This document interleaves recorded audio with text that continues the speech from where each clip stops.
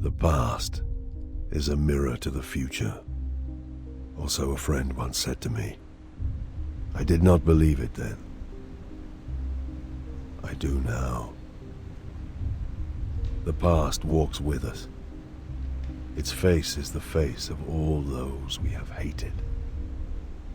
All we have loved, all we have failed.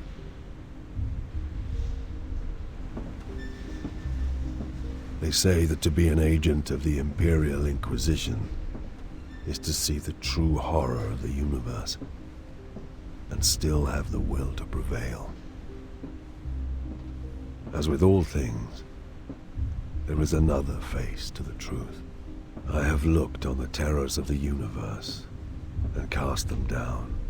I have judged billions and forgiven some. I have known victory and touched defeat. And the lesson that all my years as an Inquisitor have taught me is that it is not enough to prevail. We have to endure the poison of history. We have to survive our own sins. My name is Gregor Eisenhorn, and these deeds were mine.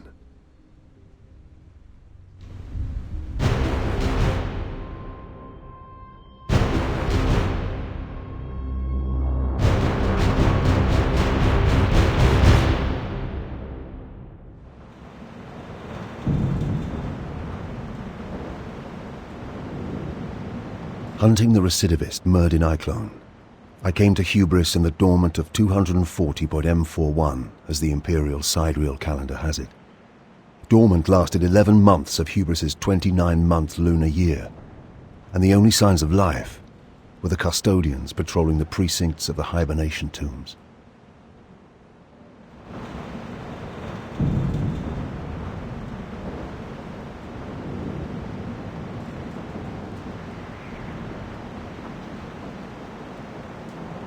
Where are the tomb's custodians? They are making their rounds. Knowing we approach? Knowing we expect to meet them? I will check.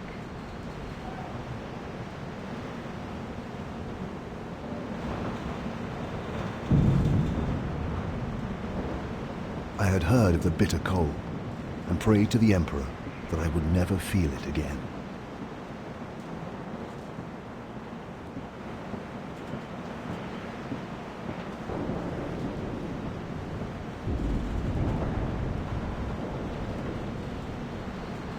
How? Stay back!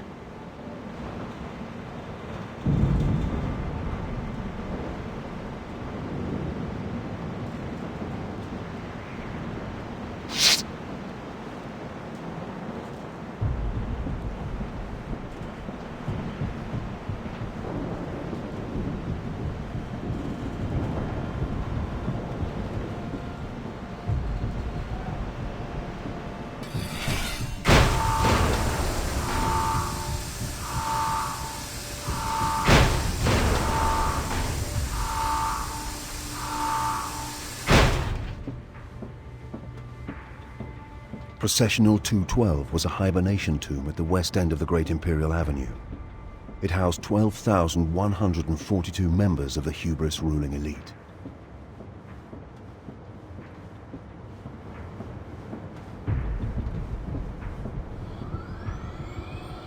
Be careful, Loris. You know how dangerous Iclone is. He's an animal, a dangerous one, but we'll put him down. We have him cornered. That'll make him more of a threat than ever. Watch your back. You too, Eisenhorn.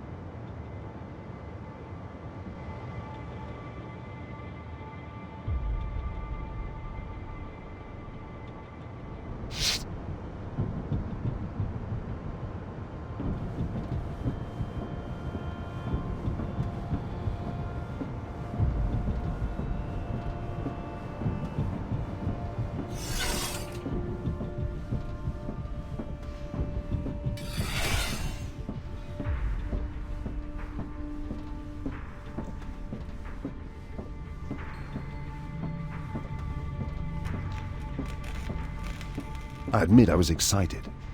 eager to close and conclude a business that had lasted 6 years. iClone had evaded me for 6 whole years. I studied his methods every day and dreamed of him every night. Now, I could smell him.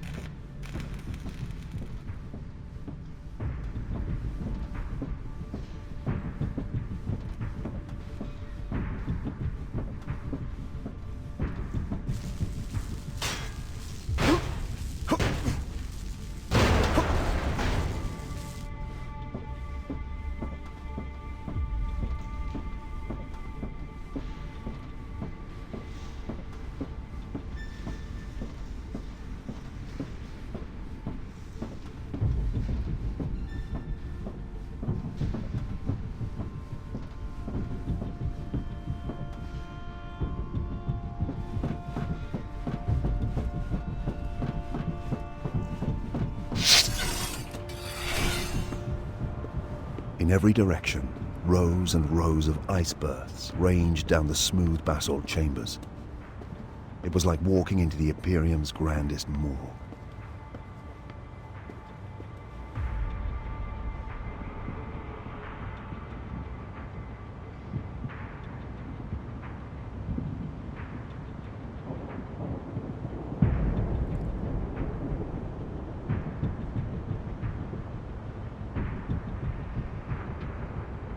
Their eyes were dark and unforthcoming, as though they had done this mindlessly, by order.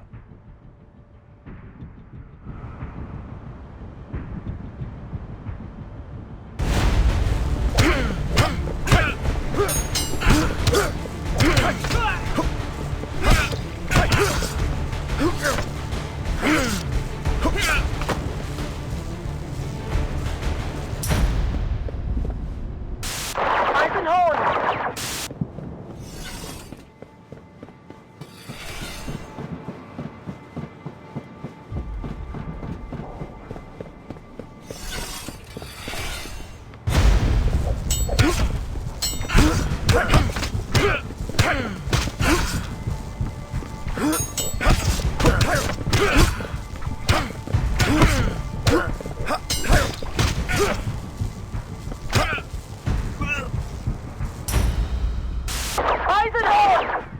Eisenhorn! Eisenhorn!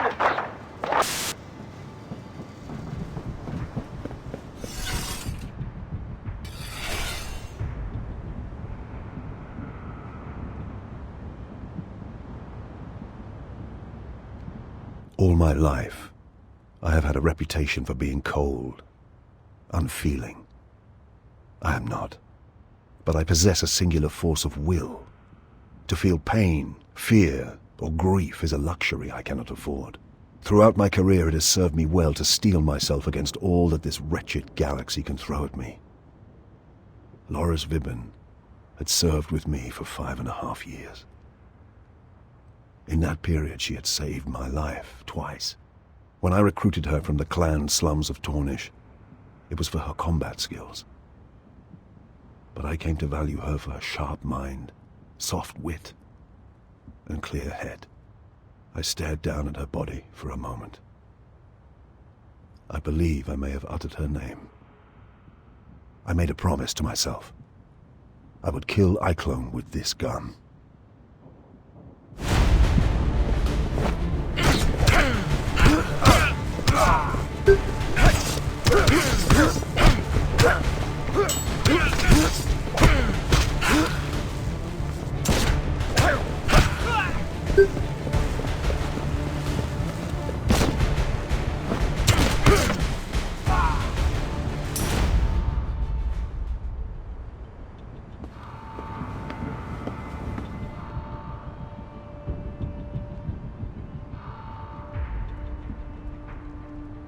Eisenhorn? Gregor, is that you?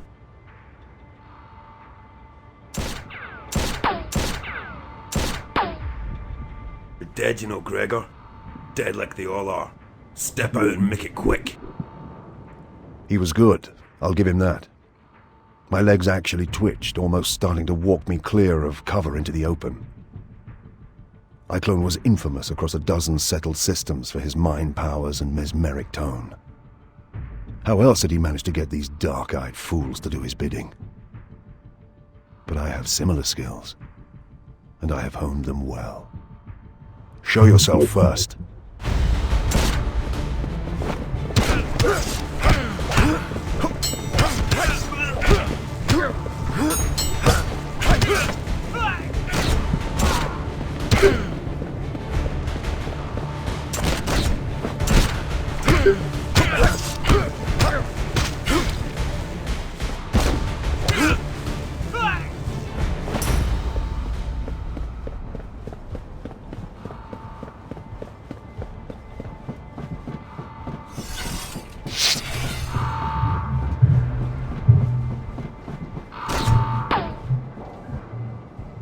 What makes you think you can catch me this time, Gregor?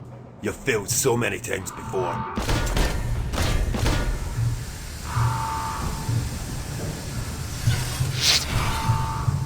The sleepers were waking, their frigid bodies sore with hibernation sickness, trapped in their caskets with no one to aid them.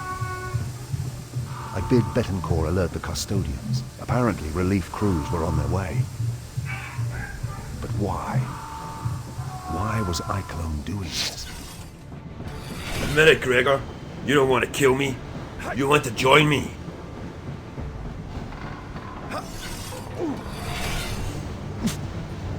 Feeling cold, Eisenhorn? You'll join these corpses soon.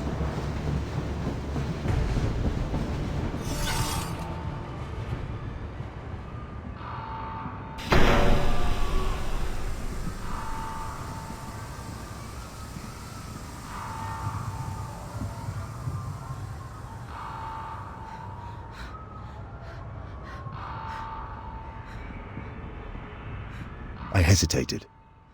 A merciful headshot would have spared her everything.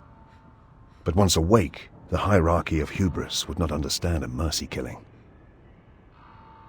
Do you think me weak? Flawed? To set my duty before her suffering? I would gladly ignore one life in agony if I could save 100, 1,000 more. For I have the moral strength required of an Inquisitor. Mankind must suffer so that mankind can survive. It's that simple. But to this day, I still dream of the slow death to which I abandoned her.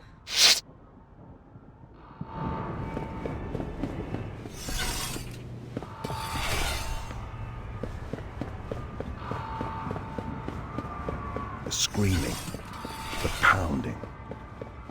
God, Emperor, help me, I will never forget that. Thousands of frantic souls waking up to face an agonizing death.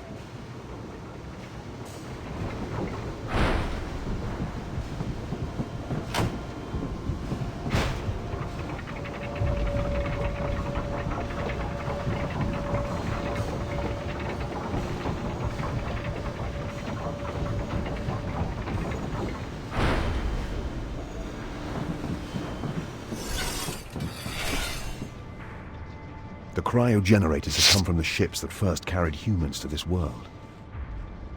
The tombs had been raised around them and kept operating for thousands of years.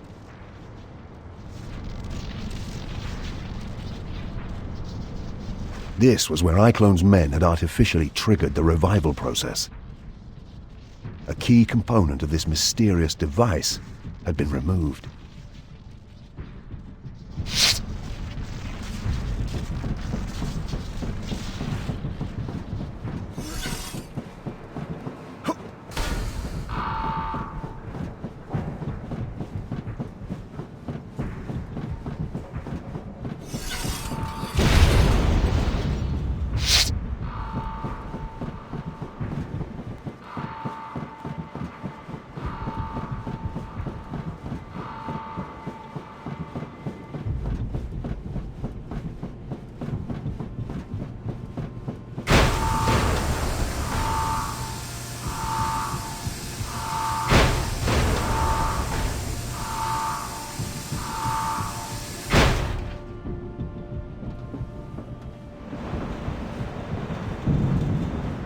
There's nowhere left to run, recidivist. You cannot stop us, Inquisitor. Your Imperium's days are numbered. Perhaps, but yours ends here.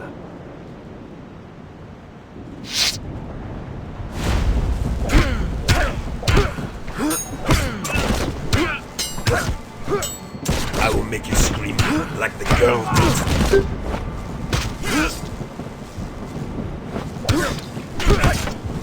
She begged us for milk.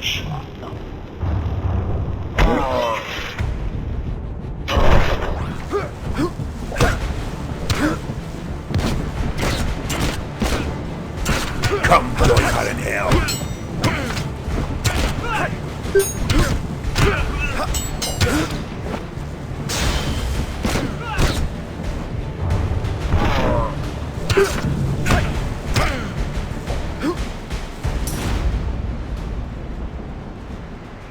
No more words, heretic. I punched the gun so hard into his mouth the trigger guard broke his lower teeth.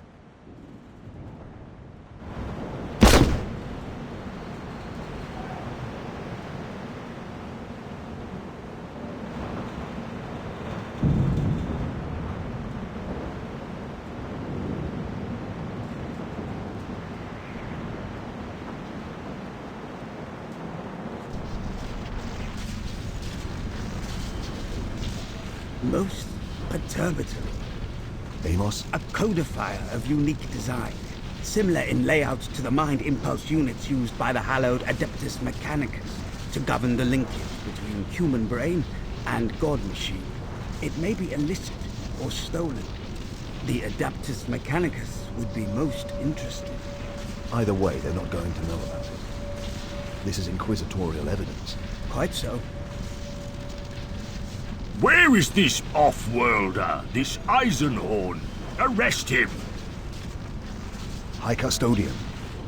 You will be detained until... No. I am an Inquisitor of the God Emperor of Mankind, Ordo Xenos. I will cooperate in any investigation, but you will not and cannot detain me. Do you understand? An Inquisitor? Thousands are dead. This desecration, the highborn of hubris, violated by a... A murderer. A follower of darkness who now lies dead under a plastic sheet on the upper landing platform. I mourn the great loss hubris has suffered tonight. But if I had not been here at all to raise the alarm, who knows what catastrophe Iclone may have wrought. Or even his overall ambition. Iclone, the recidivist? You must brief me on this entire event. I shall prepare a report and bring it to you.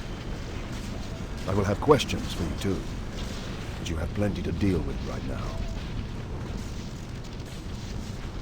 We made our way out. Betancourt presented the junior custodians with a formal register of evidence to be stored for my inspection. The list included the casket and the bodies of Iclone and his men.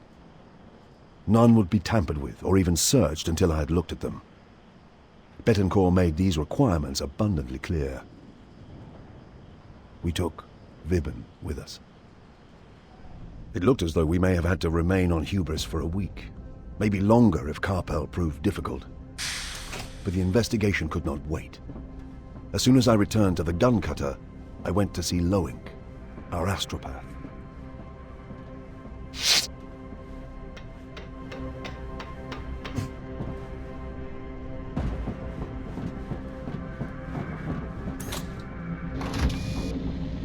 Master? Contact the main Astropathicus enclave here on Hubris and request a full transcript of off-world traffic for the past 6 weeks. Also any record of unlicensed traffic, individuals using their own astropaths. Whatever they can make available. And a little threat that it's an Inquisitor requiring this data wouldn't hurt. Will you be requiring an auto-seance? Not yet, but I will eventually. I will give you time to prepare. Master, is it true that the female Vibben is dead? Yes, Loink. Ah, I thought it was quiet. The comment wasn't as callous as it sounded. Loris Vibben was a latent psyker. Whilst she was alive, I could hear the unconscious broadcasting of her young, eager mind. And yet my psychic abilities at the time were undeveloped compared to Loink's.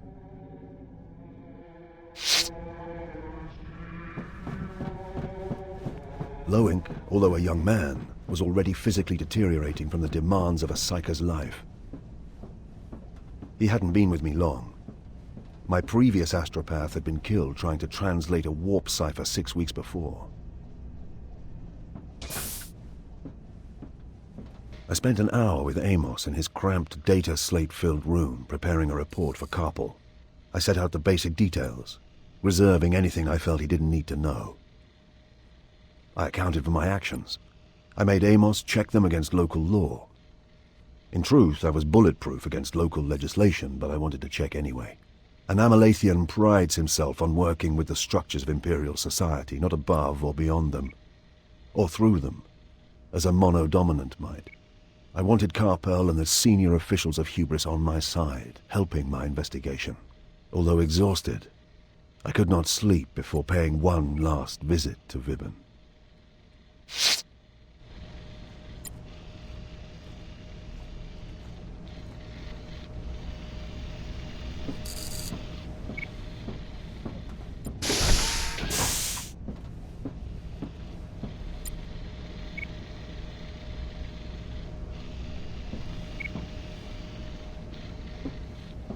Loris Vibben. Twice she saved my life. She saw herself as my aide and bodyguard, but in truth, she was more a companion and fellow warrior.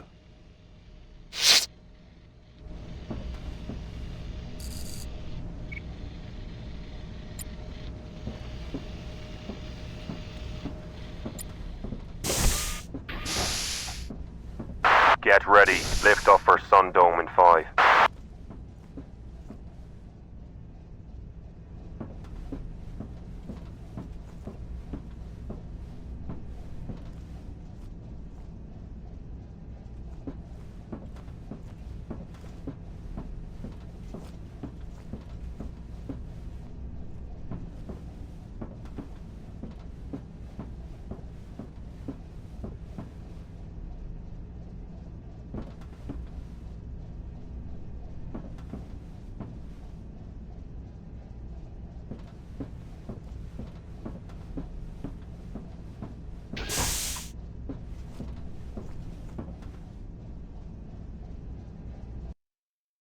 For the first time in 6 years, I did not dream about Iklon.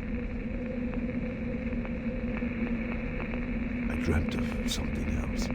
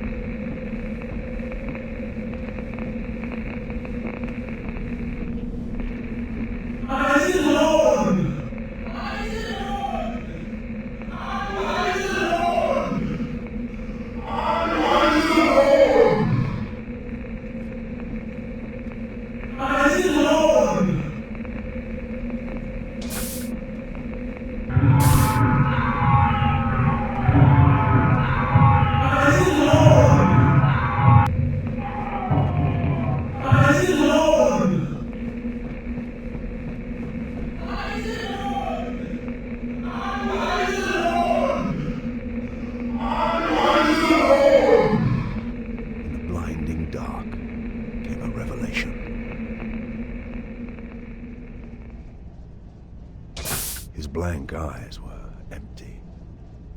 Not like iClone's drones, but vacant, like an immense, starless distance. I had no idea who he was. At that point, Eisenhorn. Touchdown! Destination reached. Ready to disembark.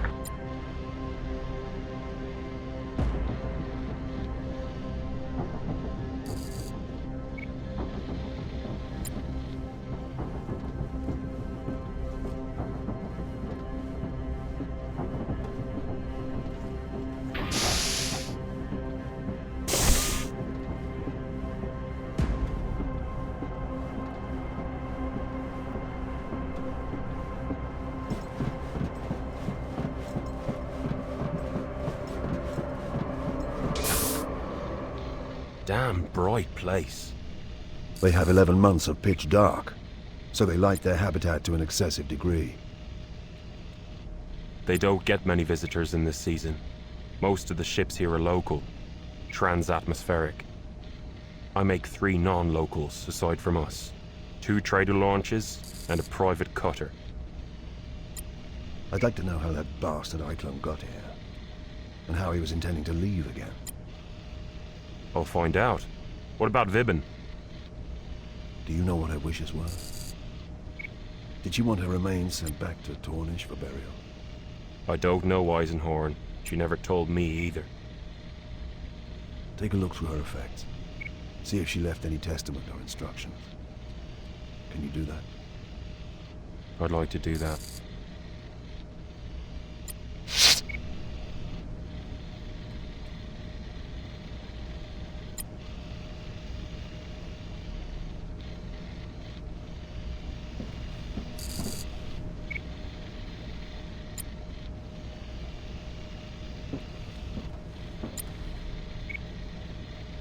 When are you meeting Carpel? Amos is waiting for you at the exit. Amos had completed his report. Now it was time to face the locals.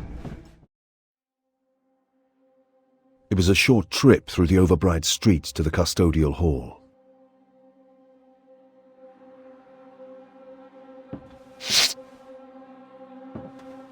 The flowers? From the hydroponic farms on East Dome 7. Signifying? Morning, same as the sashes. What happened last night is a major tragedy for this world. Yellow is their holy color. I believe the local religion is a solar belief. The sun as emperor? Common enough. Extreme here, for obvious reasons.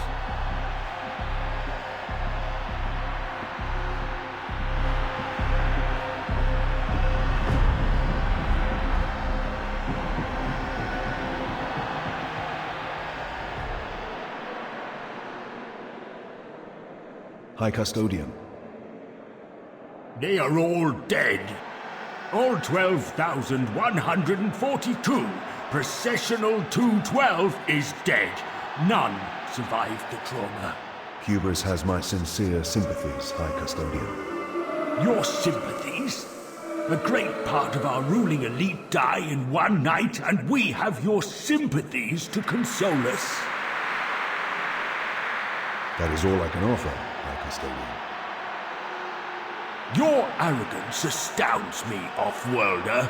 You bring this monster to our world, battle with him through our most sacred sanctums? Wait. I came here to save you and deny Eiklon's plans. But for the efforts of myself and my companions, he might have destroyed more than one of your hibernation tombs. I broke none of your laws. I was careful to preserve your codes in pursuit of my work. What do you mean I brought this monster here? We registered no off-world ship these past 20 days, except yours, Eisenhorn. Did you choose Hubris because it was a quiet place, where you might finish your feud undisturbed in the long dark? Amos? The supports are early Imperial Gothic in style, but... Amos, the report. Read this, Carpo. Read it thoroughly. Or should I read it aloud to all here assembled? Should I explain how I came here at the last minute when I learned Eiklon was moving to Hubris? That I learned that only by astropathic decryption of a cipher message sent by Eiklon 2 months ago? A cipher that killed my astropath in his efforts to translate it? Inquisitor, And what about this? The evidence that Eiklon has been planning a move against your world for almost a year. And this, gathered last night, that an unregistered starship moved in and out of your orbit to deliver Eiklon 3 days ago, unnoticed by your planetary overwatch and the Custodian Guardians? You were wide open. He exploited you. Don't blame me for anything except being too late to stop him. As I said, you have my sincere condolences. And next time you choose to confront an Imperial Inquisitor, you may want to be more respectful. I'm excusing a lot, because I recognize the trauma and loss you have suffered. But my patience isn't limitless, unlike my authority.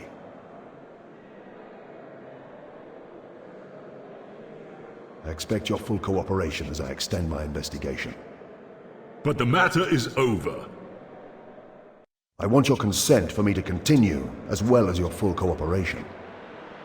Iclone may be dead, but he was just the blade point of a long and still dangerous weapon. What are you talking about? If he speaks again without me knowing who he is, I will throw him out of the window. And I won't open it first. This is Chasener Fishig of the Adeptus Arbites. I wanted him present. Chasener. Inquisitor, my question stands. Merdin Iclone was a facilitator. A brilliant, devious man, one of the most dangerous I've ever hunted. He had no true allegiances. He worked to facilitate the grand schemes of others. What he was doing here on Hubris was to advance and develop someone else's plans. I must work back from Iclone, his men, from any clue he left, and dig my way into whatever greater secret darkness was employing him. And for this you want the cooperation of the people of Hubris? The people, the authorities, you, everyone. This is the Emperor's work. Will you shrink from it? No, sir, I will not. Excellent. I grant my authority. Conduct your work thoroughly and quickly. I ask two things in return. And they are? You report all findings to me, and you allow the Chasener to accompany you.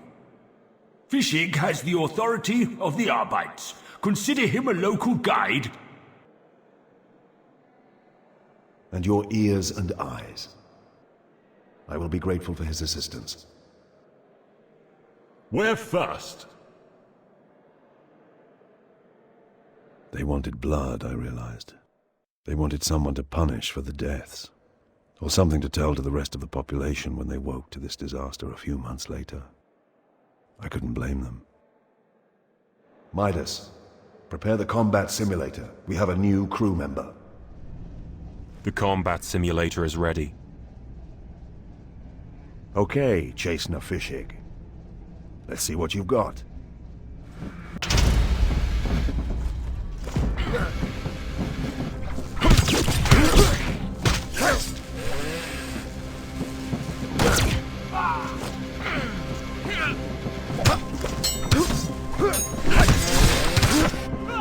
Not bad, Chasener. That's a mess you've made of my hold. Master, I have scrutinized all of Iclone's transmissions. They are all in cipher, and it will take some time yet for me to unlock them. But Brother Amos is... The key is in the lag. During your struggle with the recidivist, he was sending and receiving to someone with a 12.5-minute delay. That's another system. You're sure? There are 3 worlds between 11 and 15 minutes lag from Hubris. Thracian, Primaris, Cobalt 2, and Gudrun. Cobalt is no more than an Imperial watch station. Nothing there. Thracian is no surprise. That's where we followed him from. But Gudrun? Gudrun's a primary trade world. Old culture, old families. Old poisons. Can we be more certain? I'm sure I can break the cipher, Master. At least for the coded headers, if not the actual text. Given enough time... Lowink, tell Gregor about the Hubris transmissions. There were messages sent from Hubris to Iclone's ship before he arrived. Not so heavily encrypted. They are rather vague and indirect, but they do discuss something called the Pontius. The Pontius? Do you have a location? Why else do you employ us? Thorview 12011, on the west side of the dome, the high rent quarter, Aristoturf. You said we were meeting at 2. I did, didn't I? Just about to come and find you as it happens. We're going to Thorview.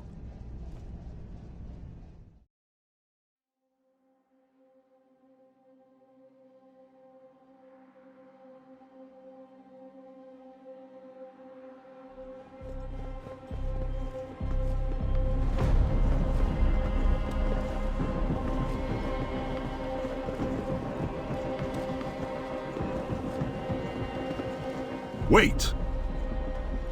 The area is lousy with laser traps. Most perturbatory. They are triggered by proximity.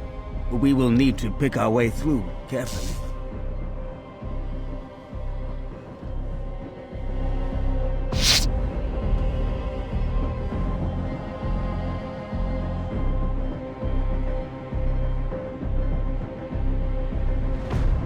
The wealthiest Hubrites kept winter palaces on the west perimeter of the Sun Dome. According to Chase and Fishik, they enjoyed both light and dark, as if that was something indulgent. They looked inwards to the lit dome and had shutters that could be opened to view the dark landscape of the winter desert. It was a spiritual thing, Amos suggested.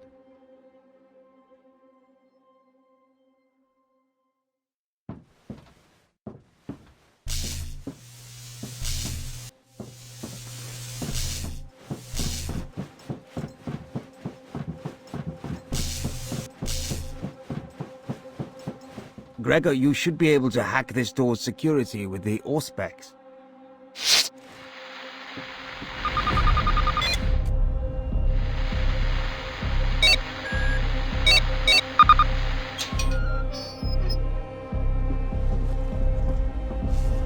Croats wasn't wrong. She's a beaut.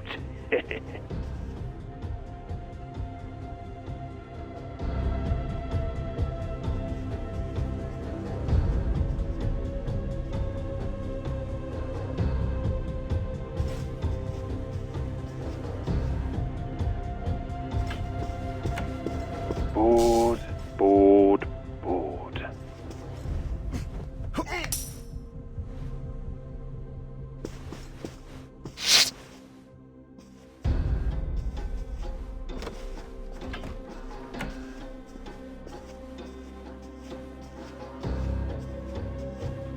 Who's there?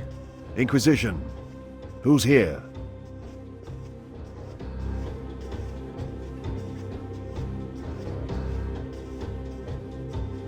What's your name? Lisa B. Full name. I wasn't concentrating on her especially, but there was something about her. An air. A tone. Elizabeth Beckwin. Pleasure girl. I work the Sundome these past 4 dormants. You're here why? They paid up front. Wanted a party. Oh, lords. Get dressed. Stay here. I will want to talk to you.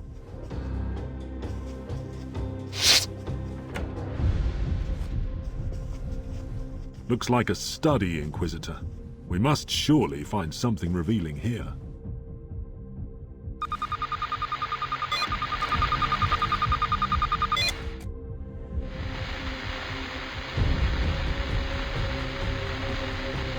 Simon Croats.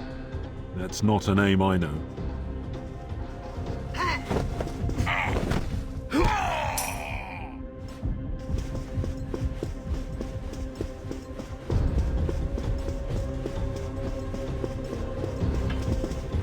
Someone's coming. What are you doing?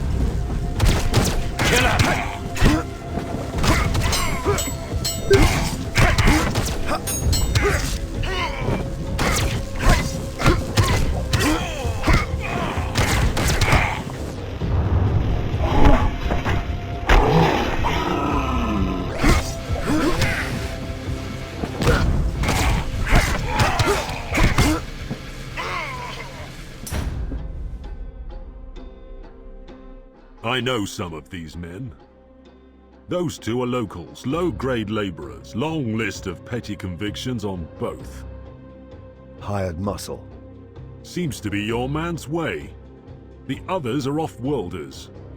You found papers? No, it's just a hunch. None of them have got any ID or markers, and I haven't found a cache anywhere. What about this one? I have rights. You're in the custody of the Imperial Inquisition. You have no rights whatsoever. Your name? I will not answer. He had switched on some mental conditioning, no doubt taught by Eiklone. Mind tricks won't help you. Go screw yourself. Tell me your name.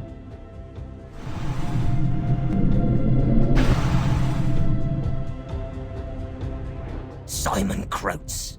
Godwin Fishig. Very well, Simon Croats. Where are you from? Thracian Primaris. What was your job there? I was trade envoy for the bonded merchant guild of Synesius. I knew the name.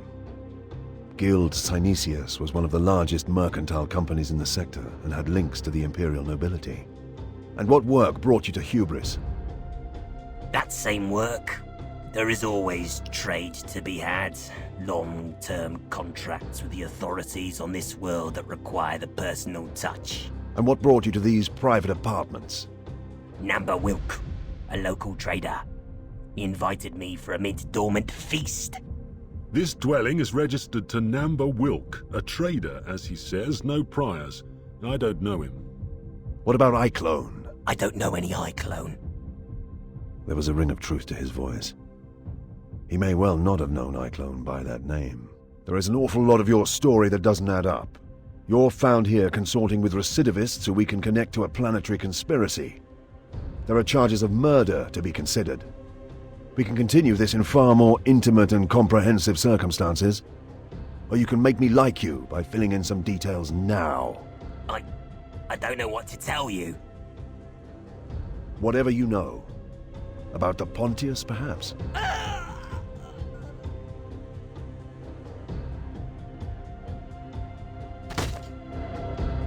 Damn it. He was dead. Eiklone had left fail-safes in the conditioning that would trigger at certain subjects. The Pontius evidently was one of those. So we know nothing?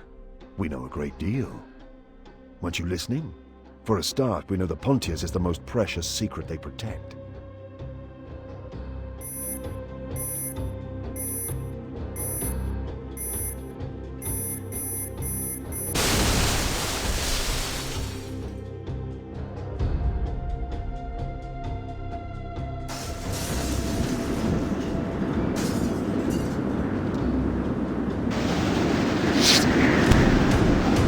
The rooms were filling with the freezing wind from outside the dome. We had to escape or be entombed, slowly dying in the ice and cold.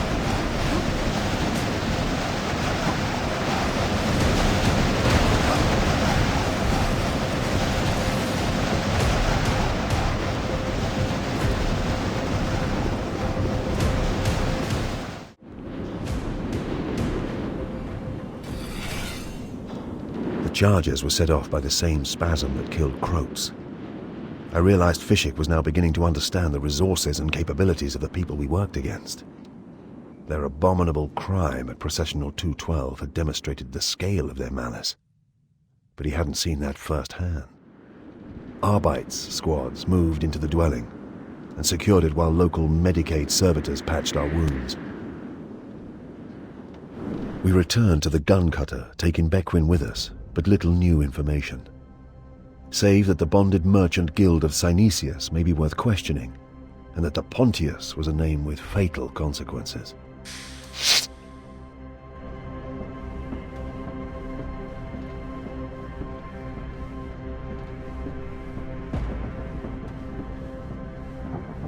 It's a common enough name in this subsector. I've turned up over 500,000 citizens with that forename. Another 200,000 with it as a middle name, plus another 40 or 50,000 spelling variants. What about the definite article? I have over 9,000 marks with that connection. Pontius Glor. Not on my lists. Because he's dead? Because he's dead. But it sort of makes sense. Pontius Glor. the seventh son of Oberon Glor, a wastrel dilettante who fell into heresy, becoming an abominable disciple of chaos. For 15 long years he wrought discord and evil before being slain by the great Absalom Angevin. Gudrun was the ancestral home of the Glors. He may be dead, but the name and the connection were too obvious to ignore. Midas, find us passage to Gudrun. That girl, Beckwin, is waiting in your room.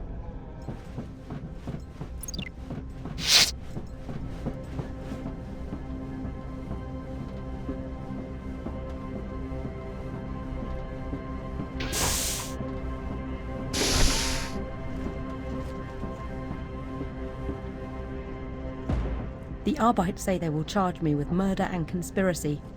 Sit down.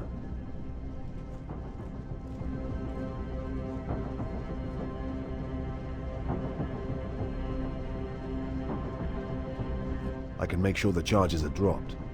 I have that authority. Why would you do that? Even if you clear me, I can't carry on here. I'll be marked as trouble. I'll have to move on again. You're not from Hubris? No. I was born on Bonaventure. Got here by way of this and that. I've traveled a lot.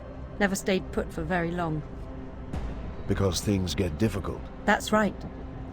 I'd stuck it out here longer than anywhere. Now that's all screwed up. Stand up. Make your mind up. I want to ask you some questions about the men who employed you at Thorview 12011. If you answer helpfully, I can cut you a deal. What sort of deal?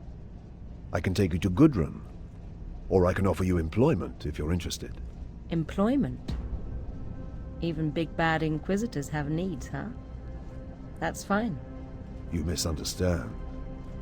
The services I have in mind will be new to you. Not the sort of work you're accustomed to. You're an odd one, all right. Are all inquisitors like you? No. Once Fischig returned Eiclone's possessions to us from the custodians, Loink and I prepared to conduct an auto-seance.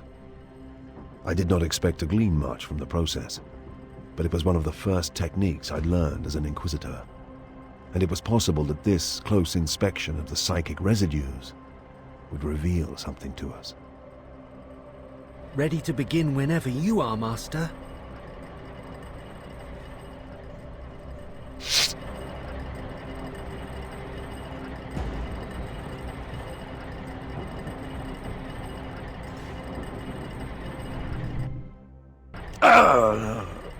I can feel the aftertaste of his death. Do not touch it.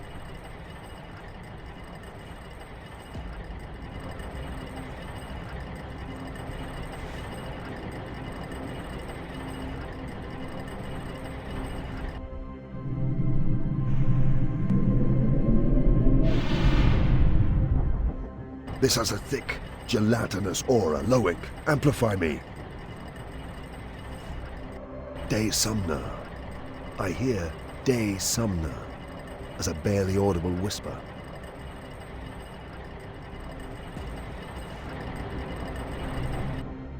It is cold. Colder than the ministrations of Dormant. Nothing. Nothing but malice.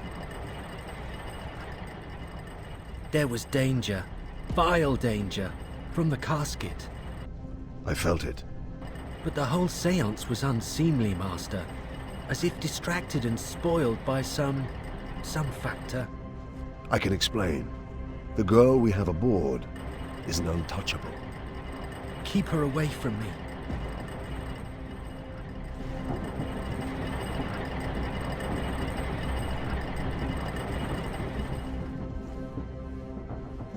Just prepping for takeoff. We'll be ready shortly. And so we left the freezing world of Hubris behind, taking Elizabeth and Fischig with us.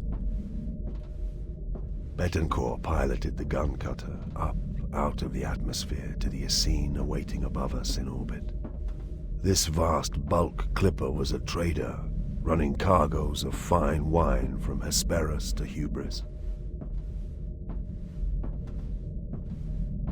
Tobias Maxilla, the ship's captain, had been recruited by Betancourt to get us to Gudrun in 2 weeks.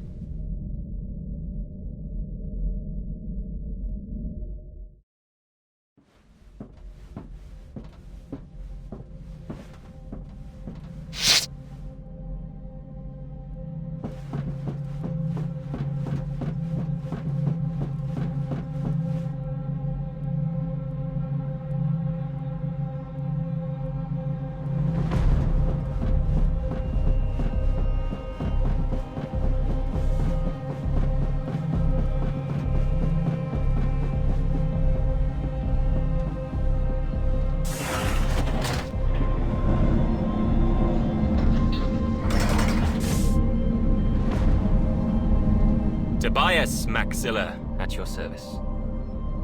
You run this route regularly? For the past few decades. It's seasonal. Sameta, Hesperus, Tracian, Hubris, Gudrun, sometimes to Messina too.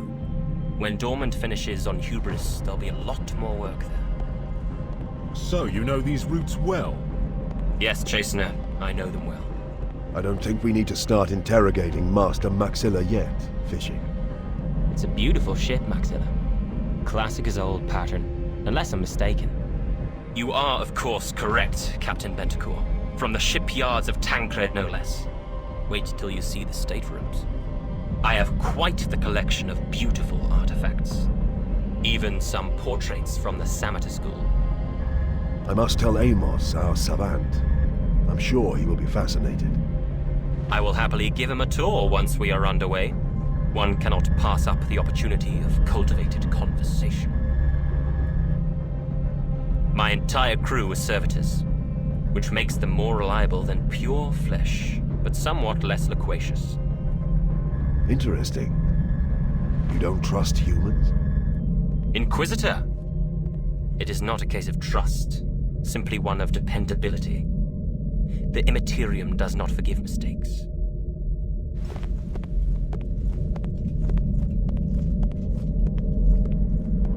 The Essene left Hubris later that day, executed the translation to the Empyrean effortlessly, and made best speed for Gudrun.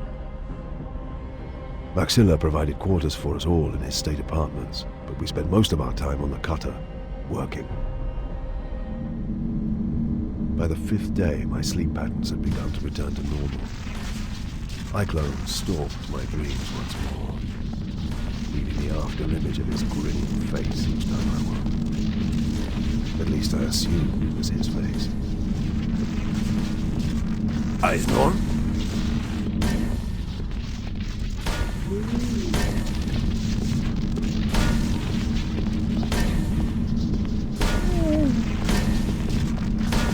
Feeling cold, Eisenhorn? You'll join these corpses soon.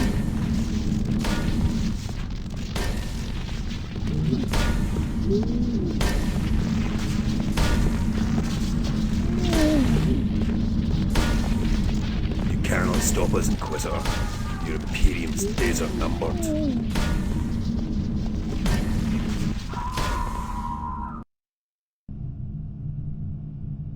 We translated back into real space and entered the Gudrun system on the morning of the 8th day.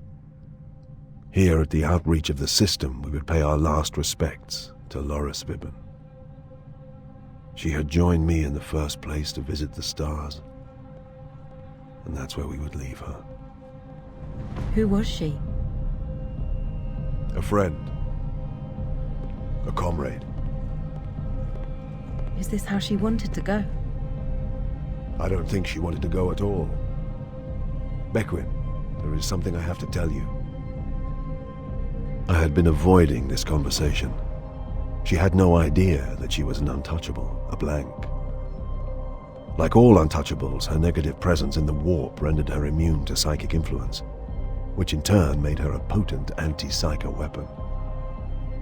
It also meant that she exuded an air of unpleasantness which rose to fear and revulsion in the psychically attuned. Her whole life had been shaped by this, and she had no idea. She did not take the news well. She knew now that her friendless, loveless existence was due to the fact that she was abnormal. and not surprisingly had little interest in the details of the job that I had in mind for her. In truth, I was relieved when Maxilla called me to the bridge. Inquisitor? Is there a problem? I have performed legal maneuvers and entered the trade lane approach. All relevant data is in order and my tariffs are paid. But I've just been informed that we are to be boarded and inspected. This is unusual? It's been 10 years since anyone even suggested such a thing of my ship. I told you there was a founding festival underway. You can see considerable portions of Battlefleet Scarers on station. I think the military is being over-careful of its interests here just now. An inspection launch is on its way. I feel it would facilitate matters if they were met by a ship's master and an Imperial Inquisitor. I'll agree to be present for the sake of order, provided you can assure me you have nothing to hide. Inquisitor Eisenhorn, Save your indignation for the inspection, Maxilla. Your assurance is all I require. If I assist you only to find you have some dirty secret or illicit cargo, you will have a great deal more to worry about than the Imperial Navy. I have nothing to hide. I fancied you when I had become, if not friends, then decent acquaintances, at least this voyage. I have shown you hospitality, and freely given information into your confidence. I am hurt that you still suspect me. Suspicion is my business, Maxilla.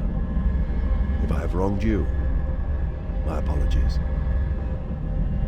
Nothing to hide.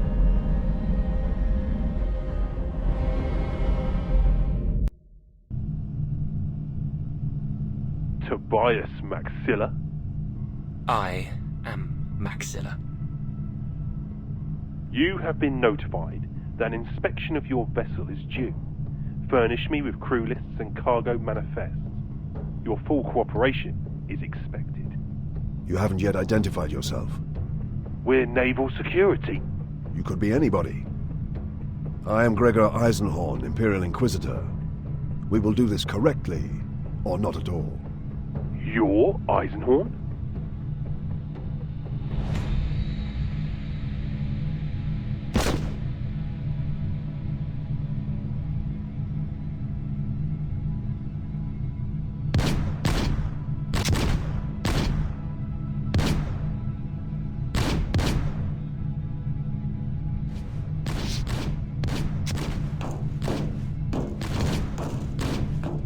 You're trapped.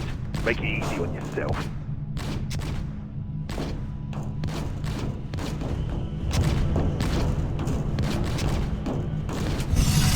Having escaped from the boarding party, I found myself underneath the airlock. There were too many enemies to take on at once. I would have to employ stealth to get back to Maxilla. Finding my path blocked, I used my will on an unsuspecting foe.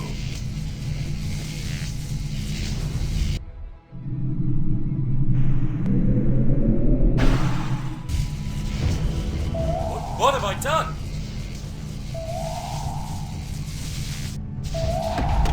The clamps had to be disabled.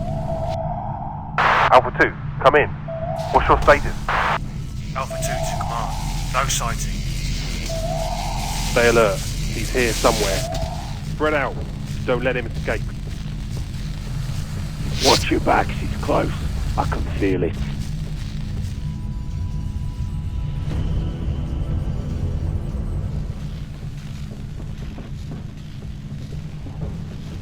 Sir, the retracting clamps have destroyed our ship. There's no escape. Bravo 1, come in. Head to the bridge. We need to take control of this ship. Ready up, men. I'm not leaving until the Inquisitor is dead. There was no way past the guards. I would have to tackle them head on. You're a mess. What the hell happened? This wasn't an inspection. They were looking for me. Naval security? I don't think so. They lacked precision and didn't know procedure. So my bare facts are revealed to you after all, Inquisitor. What can I do to help you, Tobias? I have summoned servitors to assist me. I'll be back on my feet soon enough. I need access to your astropathic link. I need to contact Battlefleet Command and speed the closure of this matter.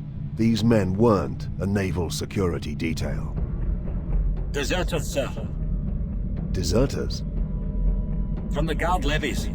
You are aware a founding is presently underway on Gudrun. By order of the Lord Militant Commander, 750,000 men are being inducted into the Imperial Guard to form the 50th Gudrunite Rifles. Such is the size of the founding, and the fact that this is notably the 50th regiment assembled from this illustrious world, that planet-wide celebrations are taking place. And these men deserted? The muster was originally to have been 500,000, but the Lord Militant Commander increased the figure a week prior to the founding. He's preparing for a crusade into the Ophidian subsector, and well, many found themselves conscripted with little notice.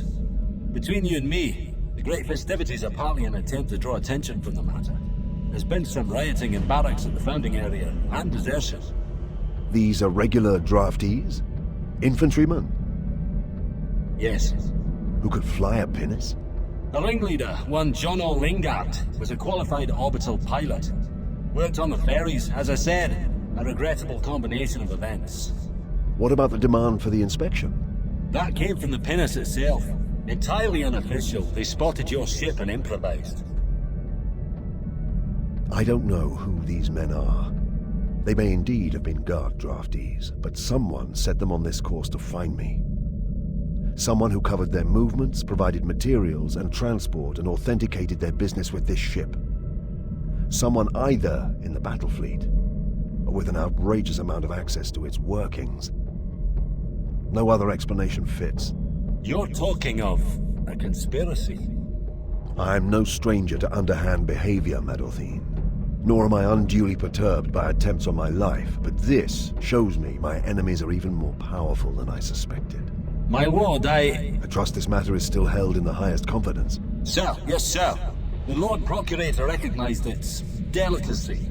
The details of this incident are known only to myself and my squad here, the Lord Procurator and his senior aides. Then I'd like to keep it that way. I'd like my enemies to believe for as long as possible that this assassination attempt was successful. Can I rely on your cooperation, Prosecutor? Of course, Inquisitor. We left the Essene on the gun cutter bound for Gudrun's surface. Posing as a trade delegation from Sameter, we would meet with the Guild Synesius representative in Dorsey, the planet's northern capital.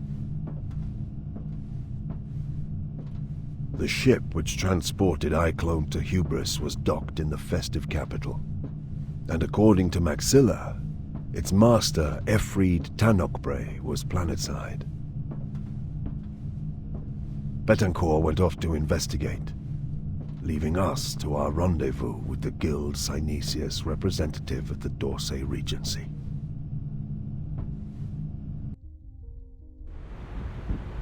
Sire Farchival, madam, had I known you were visiting, I would have cancelled meets to be here. Forgive my tardiness. I forgive it. I'll be straight with you, sir. I represent grain merchants on Hesperus, a significant cartel of grain merchants. What sort of size cartel are we talking about, sire?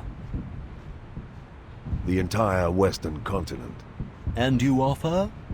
A gene-fixed strain of cereal that could be easily managed by many of your landowners now that their workforce is depleted. It is indeed a wonder. The other guilds are bidding for this product, mister. I do hope Guild Synesius won't miss out.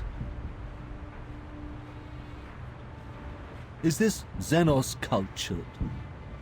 Would that be a problem? No, sire, not officially. The Inquisition is, of course, very tight about such things, but that is precisely why we offer these discreet interviews. I'm pleased to hear it.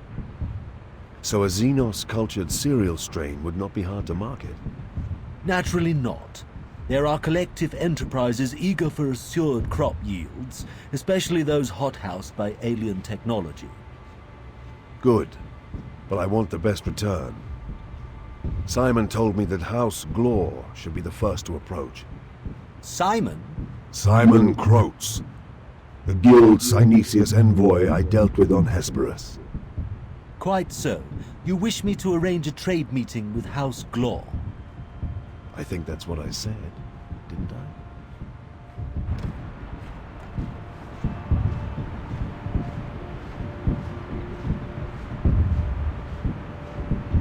What got into you? You said we were moneyed merchants who expected the very best. I was just earning my salary. Keep it up.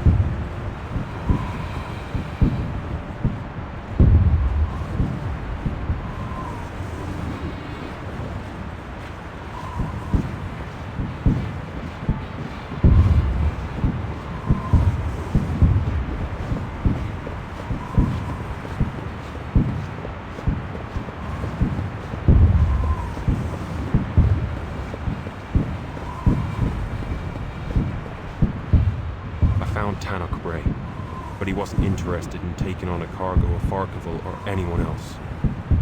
Sorry, Eisenhorn, but he's dead now.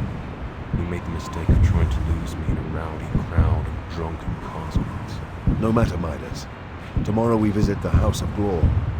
I'm sure that will yield results. We retired for the evening, but it was to be a far from restful night.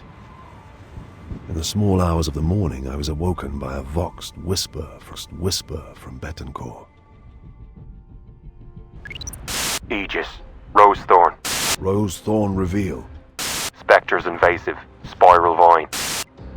I had to escape, but I couldn't use the door. Find it.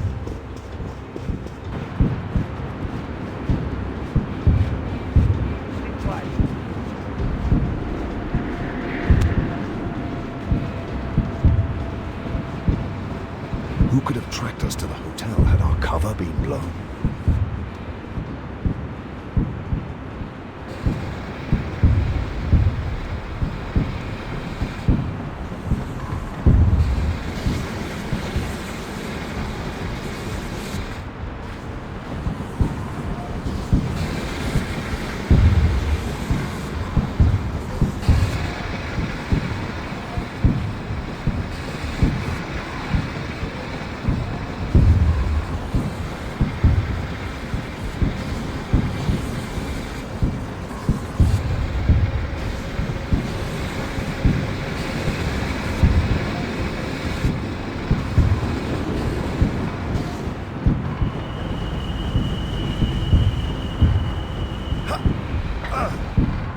Hotel engineering secure. Continuing our sweep. No sign of them yet.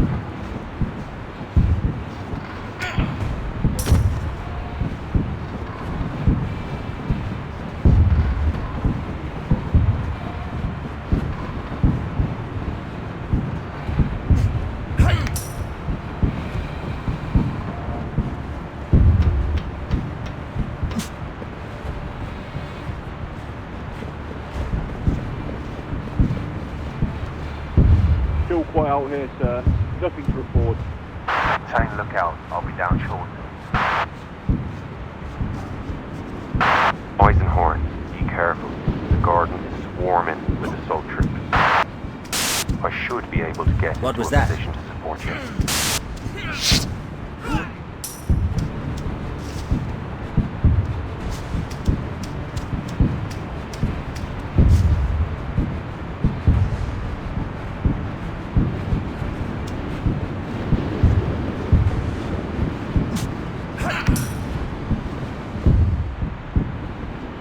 What's going on out here?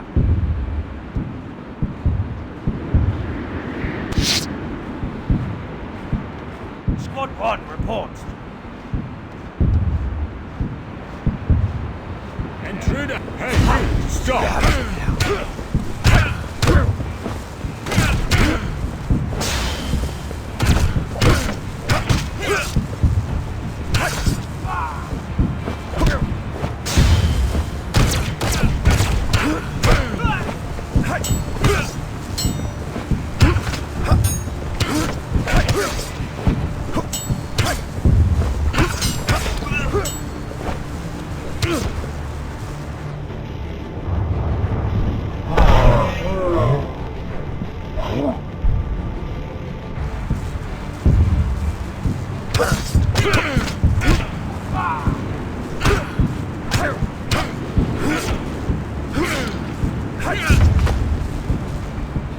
Put the weapons down now.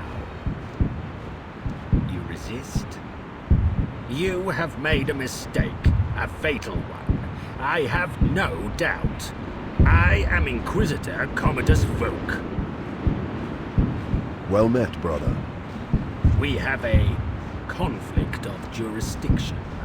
Then let us resolve it. Explain to me why you invade my apartments in the dead of night. My work brought me to Gudrun 8 months ago. An ongoing investigation, a complex matter. A rogue trader had come to my attention, one Efried Tanakbray. I had begun to close my net around him when he was scared into flight and got himself killed. Simple cross-checking revealed that a grain merchant called Farchibald had somehow been instrumental in that incident. Farchibald is my cover here on Gudrun. I am discomforted when I see Inquisitors holding to the soft, cunning ways of the radical. That way, heresy lies, Eisenhorn. We need to share more information, Inquisitor. I'll take a guess and say your investigation somehow involves the Glor family. Indeed. Since Pontius Glor's eradication, the House of Glor made great efforts to distance itself from his heresy. But my master Angelin, rest his immortal soul, always suspected that the taint ran deeper and that the family was not free of corruption. But from time to time, over the past 200 years, I have turned my eye to them.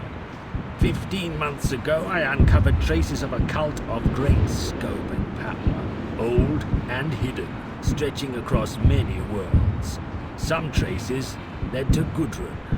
I hunt out a cabal controlled by a notorious facilitator. A cabal set on performing an abominable crime. The trail leads to Gudrun and the Glors. You do the same with another heretical cell. 3 others, in fact. 3, then. And you see the shape of a far greater organization. From the facts, as they stand, we are both approaching the same evil from opposite sides. Since coming to Gudrun, I have rooted out and burned 2 heretical cells. I am reasonably sure of the activities of another 9.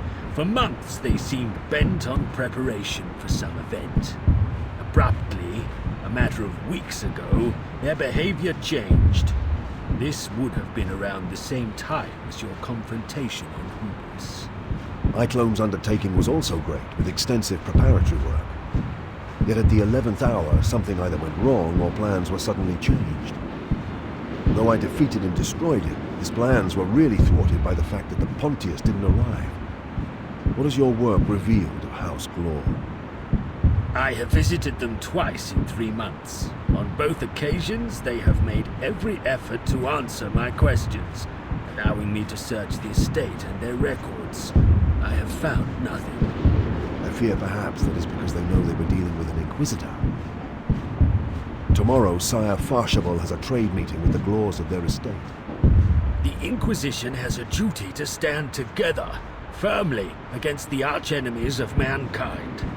In the spirit of cooperation, I will wait and see what your dubious methods reveal. Precious little, I imagine. In the spirit of cooperation, Volk, I will share all I learned with you. You will do better than that. The Glors know me, but not all of my students. Haldane will go with you. I don't think so. I insist. I will not have years of work ruined by another agency such as yourself running roughshod through the matter. Then he had better do exactly as I instructed.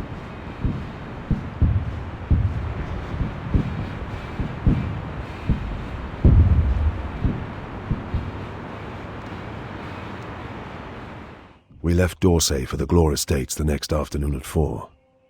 Our itinerary was to meet the representatives of House Glor that evening, an overnight stay and then a tour of the estates the following morning.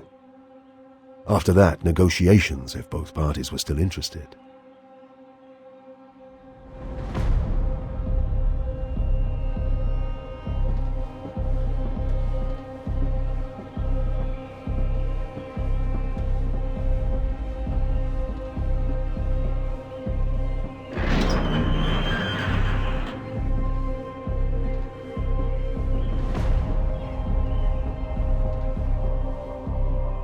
Welcome to House Glor, Sire Farshavel.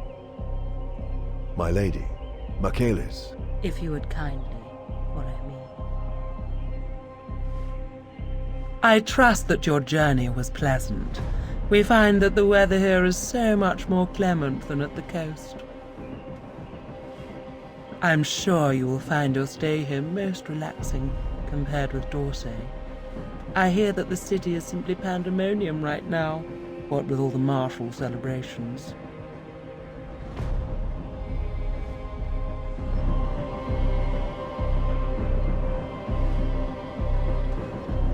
Not that I get much chance to visit, you understand. House Glor may be one of the oldest families of Gudrun, but it is to the future that we look. So I am kept ever busy attending to the needs of prestigious trade delegations such as your own.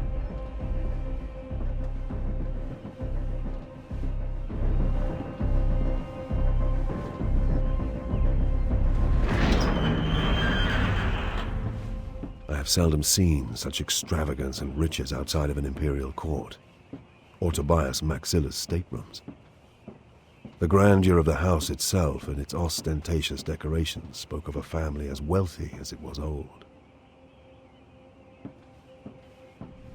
A cousin of the Glor family and his entourage were visiting from off-world, as were several other trade delegations, and a wealthy shipmaster called Gorgon Locke. Welcome to our humble abode, Master Farshavel. It is an honor, my Lord Oberon. For a grain merchant from Smaita, it surely must be. Uricel, commander of the House Militia and brother of Oberon, the current Lord Glor. I don't know Uricel. I have met plenty of rich grain merchants. Gorgon Locke, wealthy shipmaster.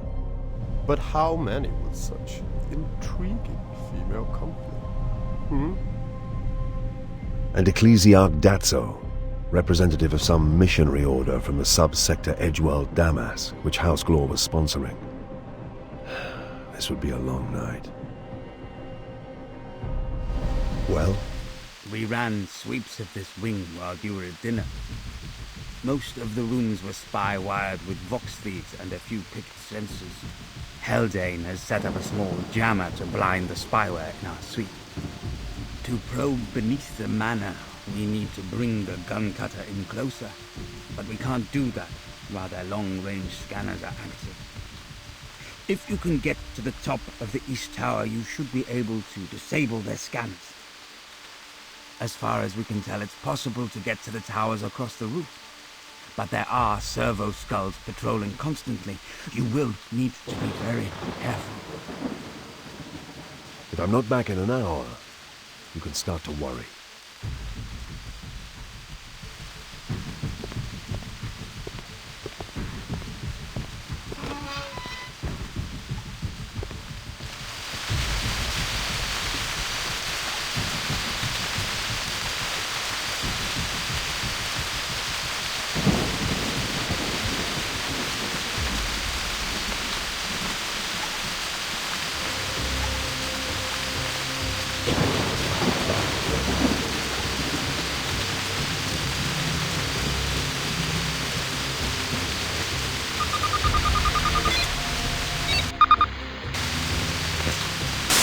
Scanners down.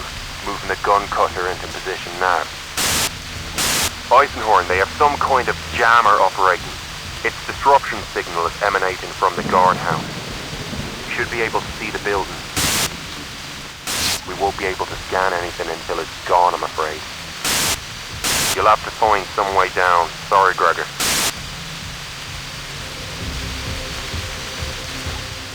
We have reports of an intruder. Stay alert.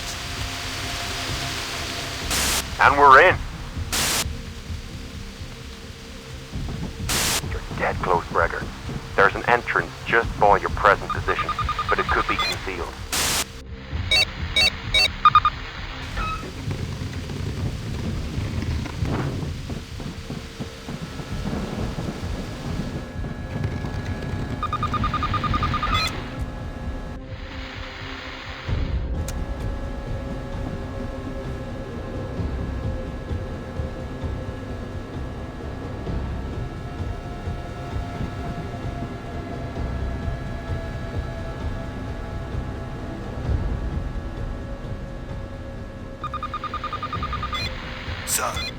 Scanners are down, and we have reports of an intruder.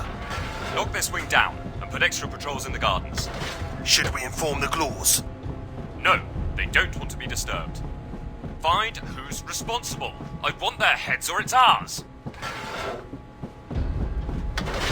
The sides of the underground base spoke of a complex and expensive operation that stank of corruption. The answers I needed to shut this tyranny down lay deeper into the base.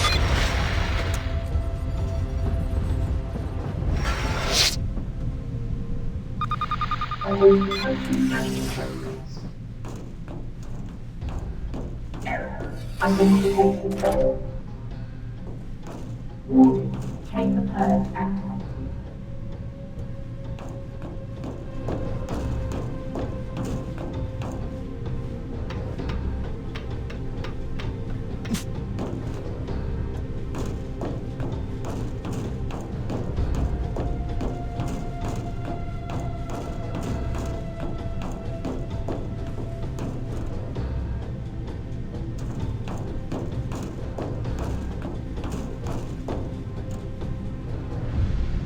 Secured with 2 weeks.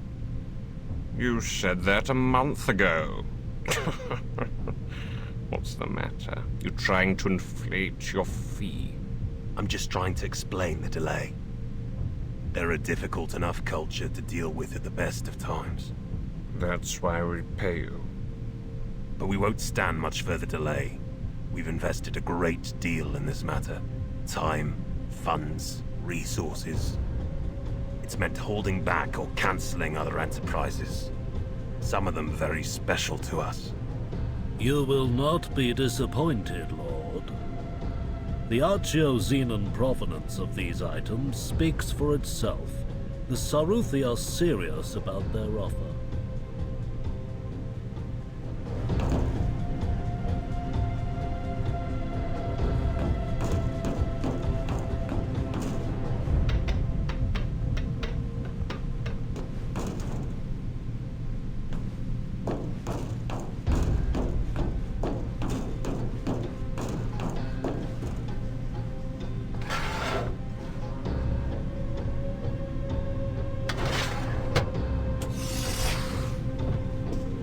As I got closer, I could sense something terrible within. As I got closer, I could sense something terrible within.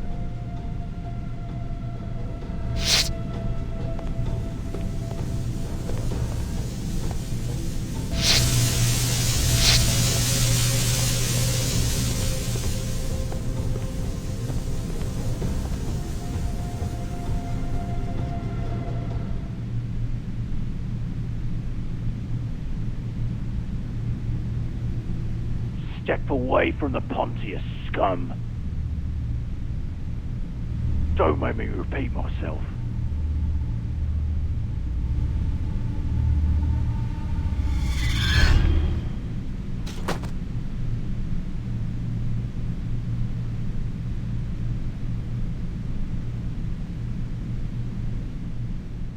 A face was looking down at me as I came round. A handsome face with blank eyes. The face started to say something. Then it combusted and melted away. And I realized it was just a dream. And I awoke properly into a world that was nothing but pain. Enough! Don't kill him! Enough, I said, Locke! Recognize this, Eisenhorn. Thought you'd wile your way in among us and then produce this crest and make us all cower in fear. Doesn't work that way with the House of Glor. We're not afraid of your kind. Then you are very foolish indeed. You think your friends are going to help you? We've rounded them all up. They're just down the cell block yonder. I'm perfectly serious. Others know I'm here, and you really don't want to be messing with a servant of the Inquisition, no matter how much at your mercy you think he is. Don't worry. I don't underestimate the Inquisition. I'm just not afraid of it. Now, there are some questions I'd like answers to. You've got it wrong, Glor. It's you who will provide the answers. That is a Straussine neural scourge.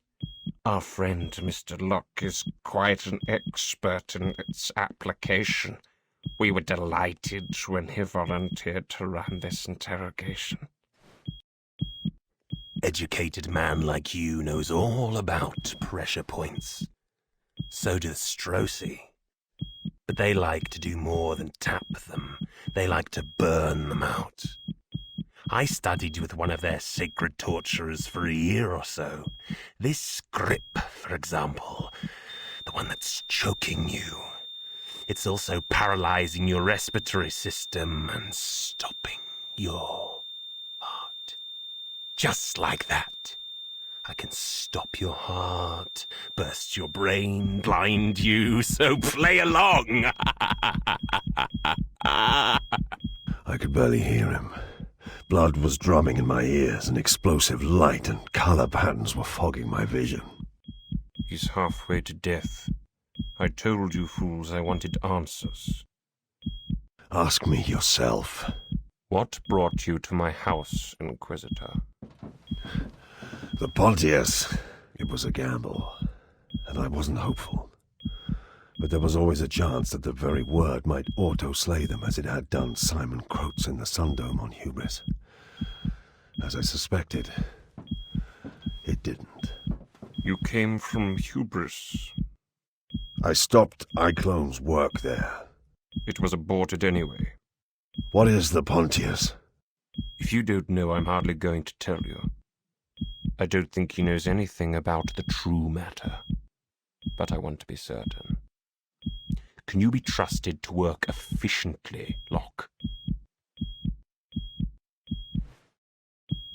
My index needle is lancing right into your parento-occipital sulcus, directly influencing your truth center. You cannot lie, no matter what. What do you know of the true matter? Nothing. What is your name? Gregor Eisenhorn. Where were you born? Dekera's world. Your first sexual conquest? I was 16. A maid in a skolam. Your darkest fear? The man with blank eyes. What do you know of the true matter? Nothing. Gorgon Locke continued to question me for 4 hours. 4 hours that I know about. Beyond those, I recall nothing.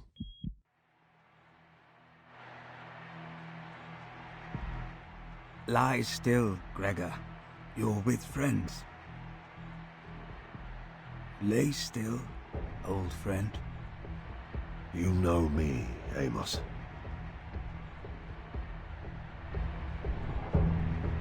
What do you know? We're as good as dead. No wonder my master leaves this kind of work to you suicidal radicals. I just wish I hadn't agreed to join you. Thank you for that, Haldane. Anyone else want to offer something less editorial? We're in a prison cell under the west wing, to the rear, almost under the woodlands. They burst into our quarters after you'd been gone 3 hours and seized us at gunpoint. I memorized a careful note of the route we were taking to this place, and have mentally compared it with Midas's map, so I'm fairly sure of our location.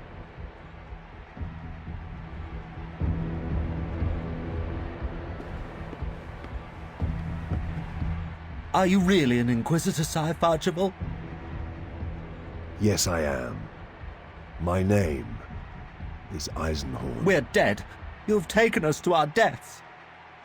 Michaelis, shut up. I felt some pity for them. Guild Synesius was rotten to the core, and these men were corrupt. But they were only in this predicament because I duped them.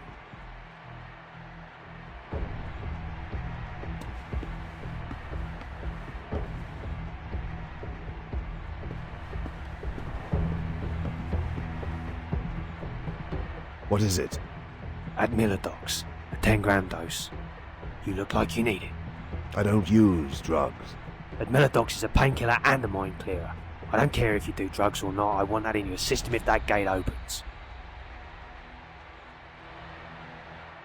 Why? Have you ever been to a pit fight?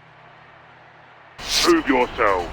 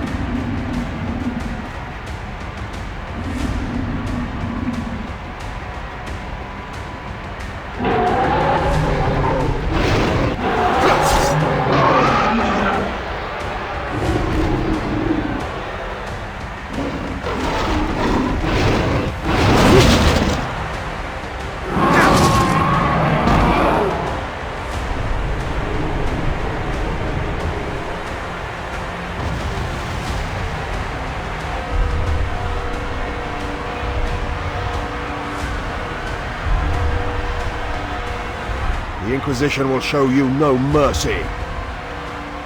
Kill them now! Kill them!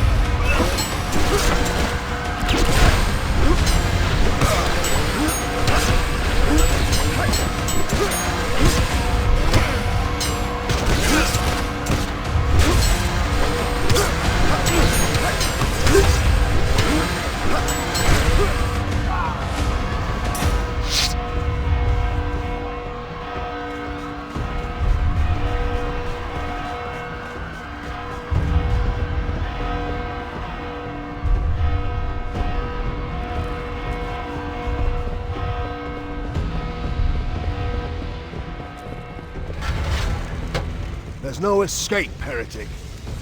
The House of Glor will tear your bastard Emperor from his throne.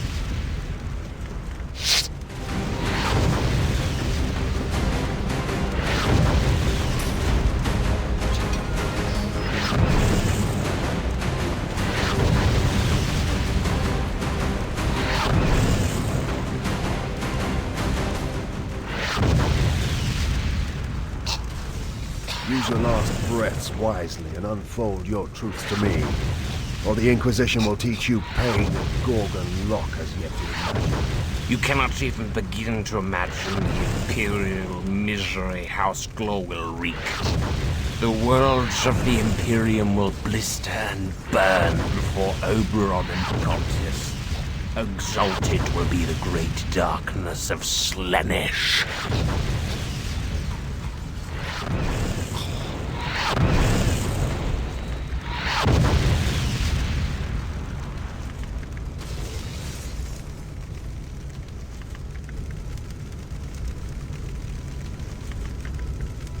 Where's Amos?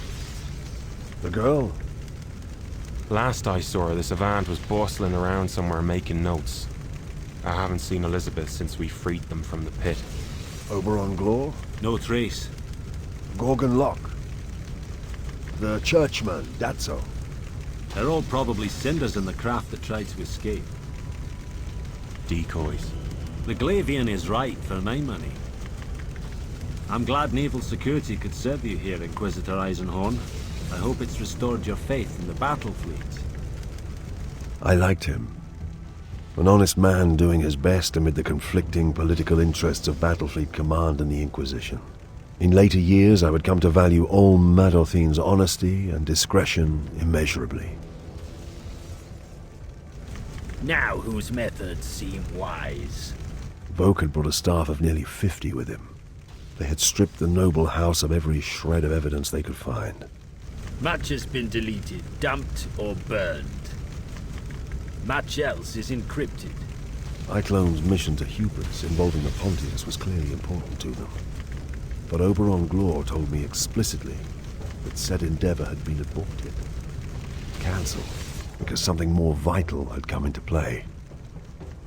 They referred to it as The true matter.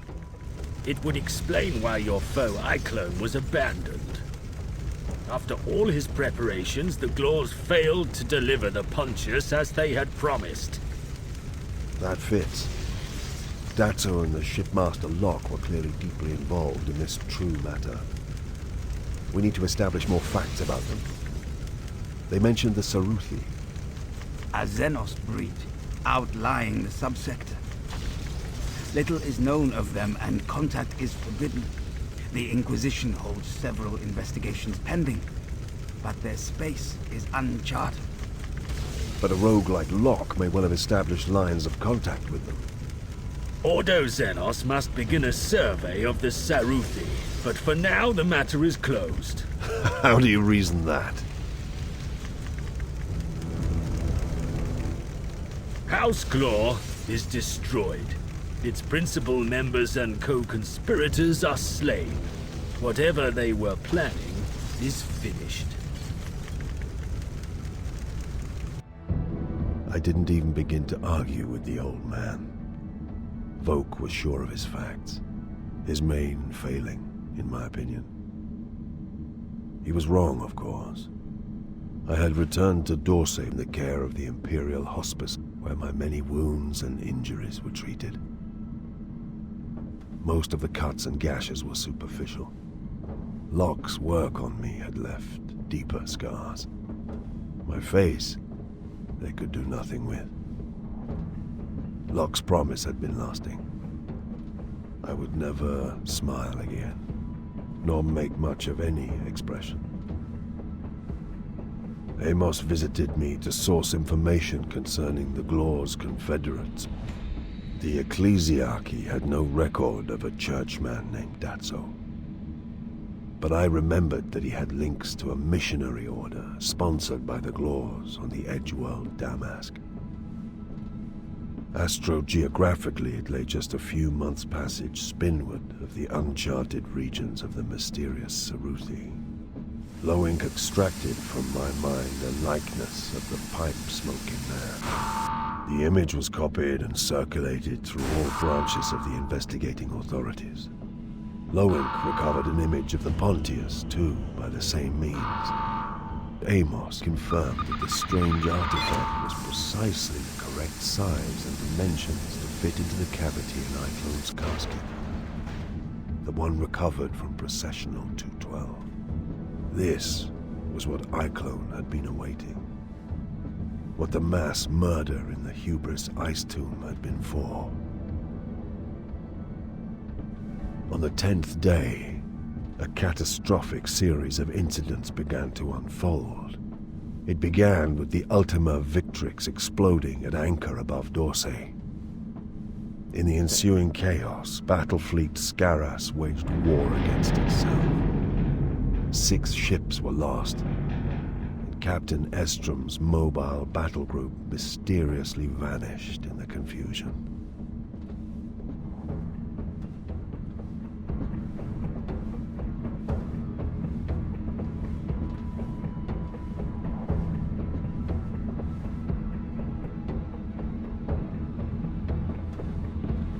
It took little time to ascertain that no amount of torture would make Urizel talk. Any doubts that the Glor's authority had survived were dispelled over the course of the next week. Sabotage and riots spread across the subsector, and the Lord Militant's fleet was put to quelling revolt at home instead. Chaos reigned. Why, after what may have been centuries of careful, secret establishment, had the hidden cults risen, exposing themselves to the wrath of the Imperial military? I believed the answer was the true matter. The archenemy was embarked upon something so momentous that it was prepared to sacrifice all of its secret forces to keep the Imperium occupied.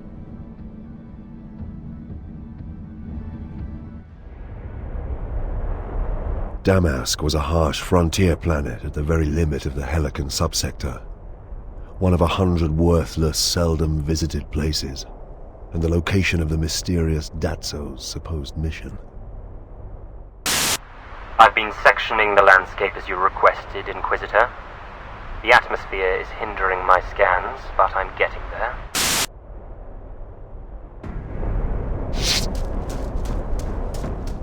I just ran a sweep of the volcanic region south of you. It's hard to tell because it's active, but I think there are signs of structures and operating machines. Gregor, this is a good vantage point from here. Take a look.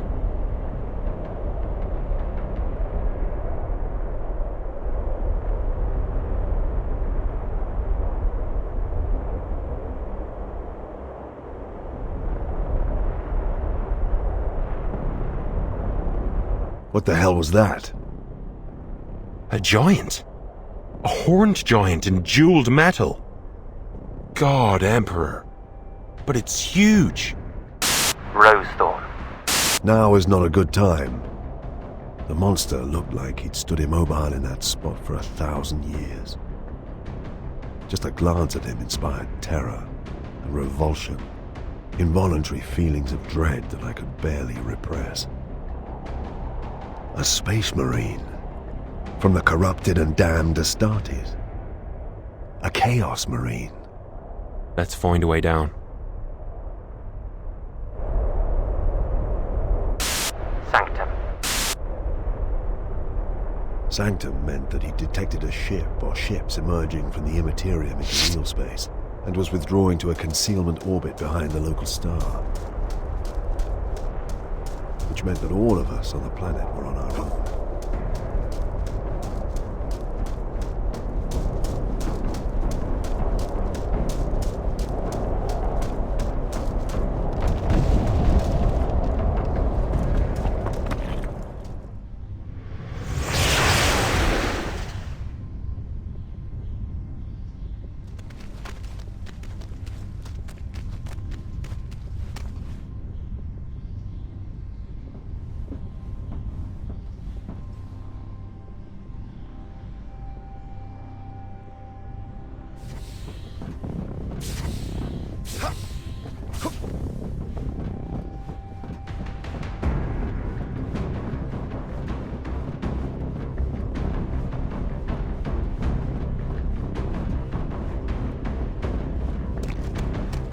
This area has clearly been excavated. We are no longer in just natural caverns. This is old, but the damage is new. The wheel graves on Bonaventure. There were famous old sites in the Western Hills, made by races before man. They had been decorated once, I suppose, but the surfaces had been cut away, ransacked by later hands. It reminds me of this. There are many who make a trade in archaeological plunder, and if it's Xenos artifacts, the penalty is high. I'd overheard Glor and his allies mention archaeo-xenon materials. Perhaps this was such a site, connected in some way to the as-yet mysterious Saruthi. You didn't have to kill him, Locke. His life was worth nothing, and his clumsiness cost us much. I can repair the tablet. Listen, let us handle the worker slaves and you attend the Xenos artifacts. The sooner we have extracted the last of these Saruthi tablets, the sooner we can get away from this infested backwater. Well, that's the last of today's batch packed up. We'll be finished soon enough. Okay, let's head back up to the surface. Beating slaves makes for thirsty work, huh? I began to feel the oppressive throb of the psychic veil shrouding North Qualm. As we penetrated it, I listened out for the sound of alarms or activity. But none came. Though she didn't know it, Bequin was already doing her job by creating a dead spot that allowed us to press on invisibly. I made sure none of us strayed too far from her aura of influence.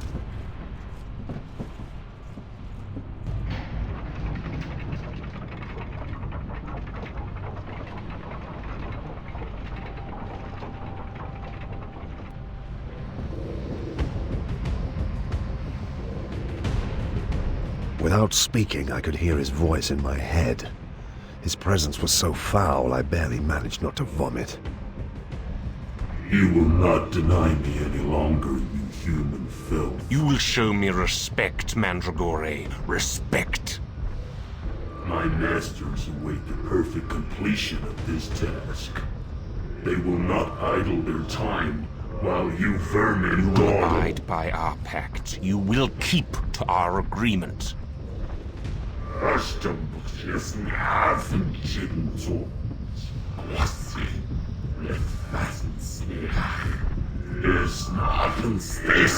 War carrion, son of Fulgrim, worthy of Slaanesh, champion of the Emperor's children.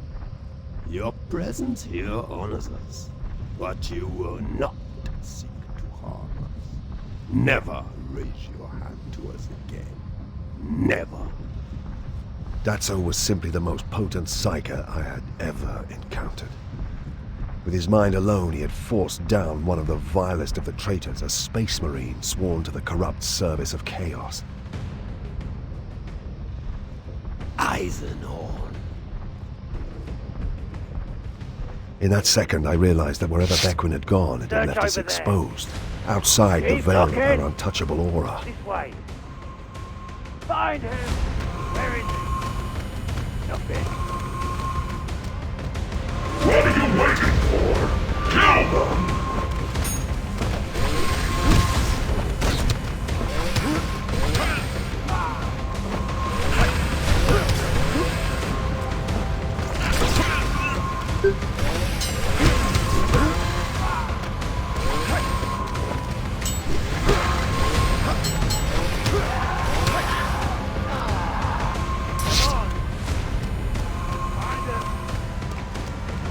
Keep looking. That's over there. Where is he?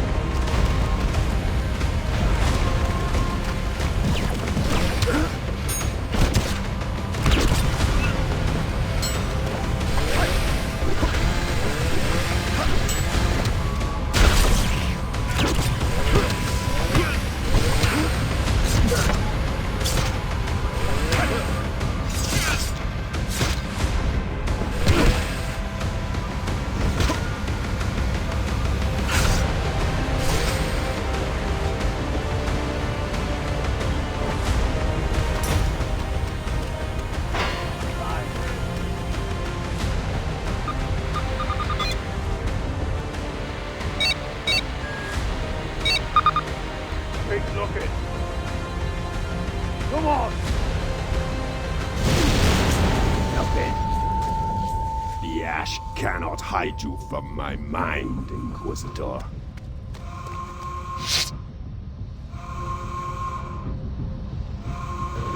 We've spotted the girl. I'm on my way.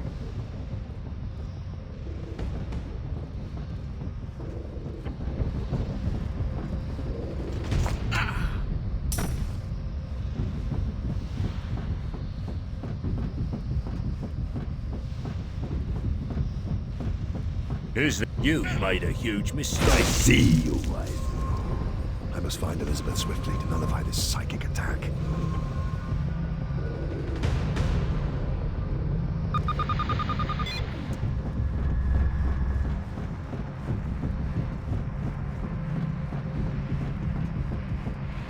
The sight of the foul Mandragore had sent Bequin fleeing in blind panic. Like me, she'd made the mistake of looking at the runes and marks on his vile armor. Unlike me, she hadn't had the sense to look away. She couldn't speak. She barely registered us. But we were back inside her muzzling aura and out of Datso's clutches for the moment. What now? They'll regroup quickly enough. Midas is coming.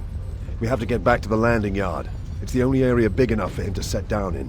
He's going to fly into this? He'll be killed! And even if he does pick us up, they'll launch interceptors from the fleet. They'll launch them the moment he powers up for takeoff. It'll be tight. Thorn attending Aegis, main yard area. Aegis, main yard and 5. The heavens fallen. We have to keep going, please. As I got closer, I could sense something terrible within.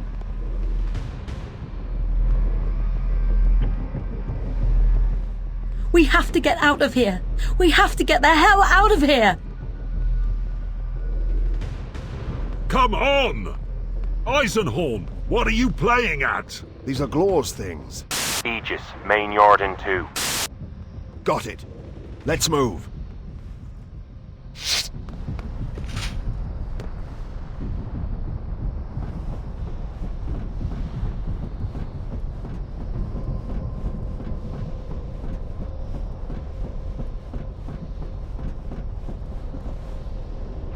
I heard...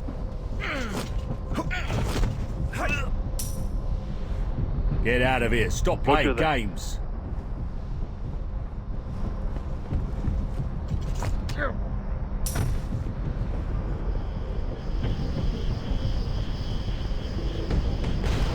Eisenhorn is here. Die!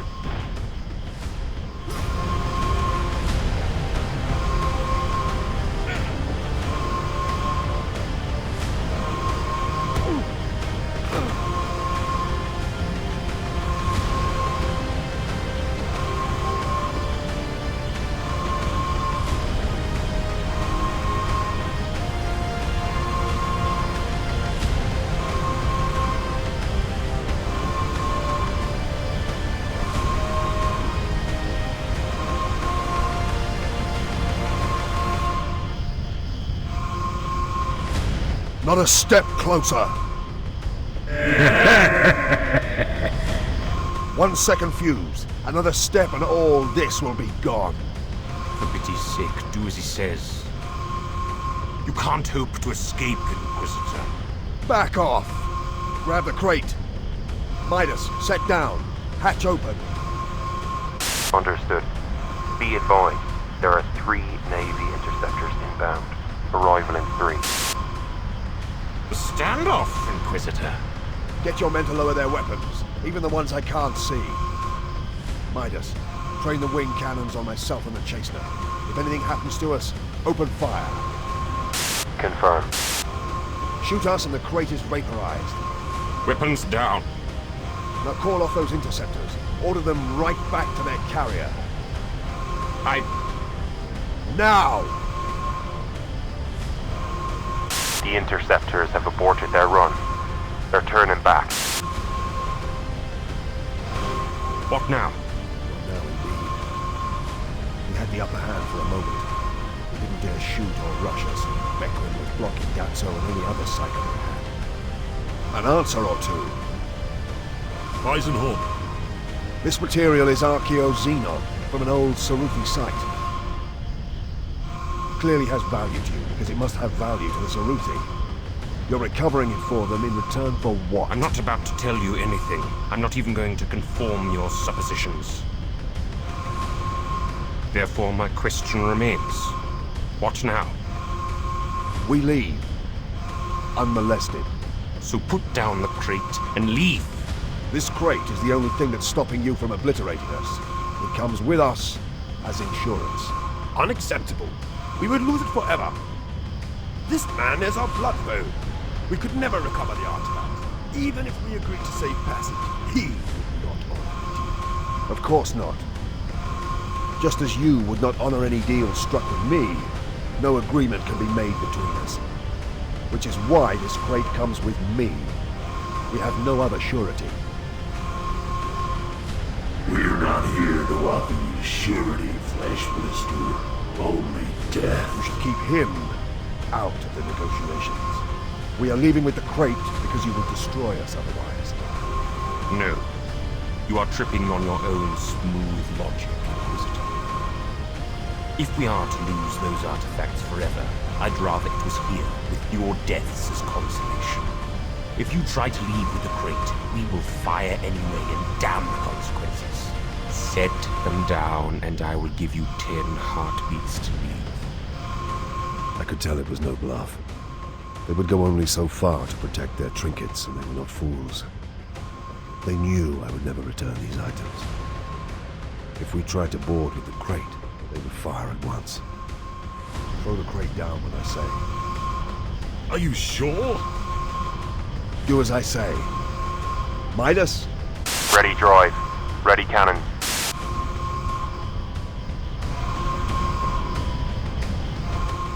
Now!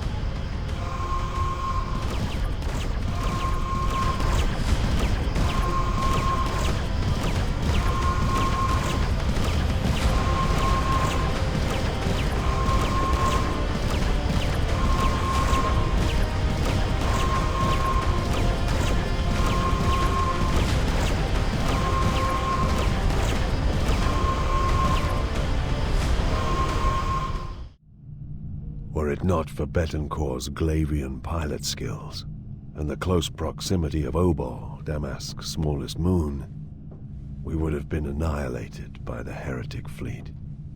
The ships of Captain Estrom's mobile battle group, which had vanished at the opening of the Helican Schism.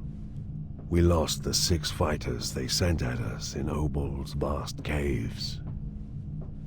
After 40 hours of waiting in the dark and cold with all systems powered down, a tremor in the fabric of the fathomless immaterium told us they had left. A further 26 hours later, Maxilla brought the Essene to save us.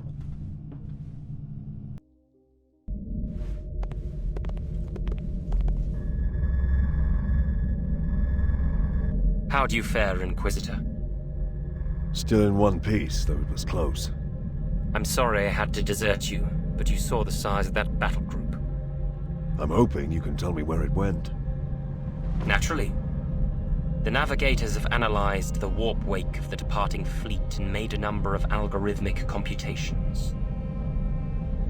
The heretics are moving out of the Helican subsector, out of Imperial space itself, into the forbidden stellar territories of a breed I believe are known as the Saruthi. I had guessed as much. But that in itself is a considerable area, more than a dozen systems. We need specifics. Our charts have it as KCX-1288. Under optimal conditions, it's 30 weeks away from there. Of course, they will presume us to be following. Even if they think you're dead, they'll know you must have had a starship bring you here. One they couldn't find. What do you know of the Saruthi and their territory? Nothing. I've never traveled there. I thought this a curiously brief answer for a man so usually talkative. So, apart from our knowledge of where they're going, have we any other advantages? We have the Pontius.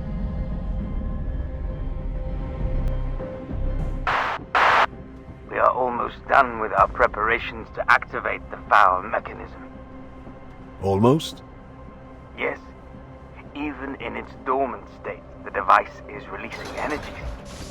I am concerned we may not be able to stabilize the device for activation safely.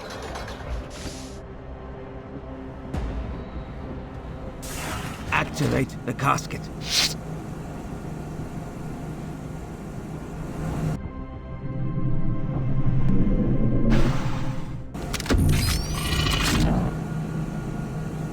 Gregor, the power source.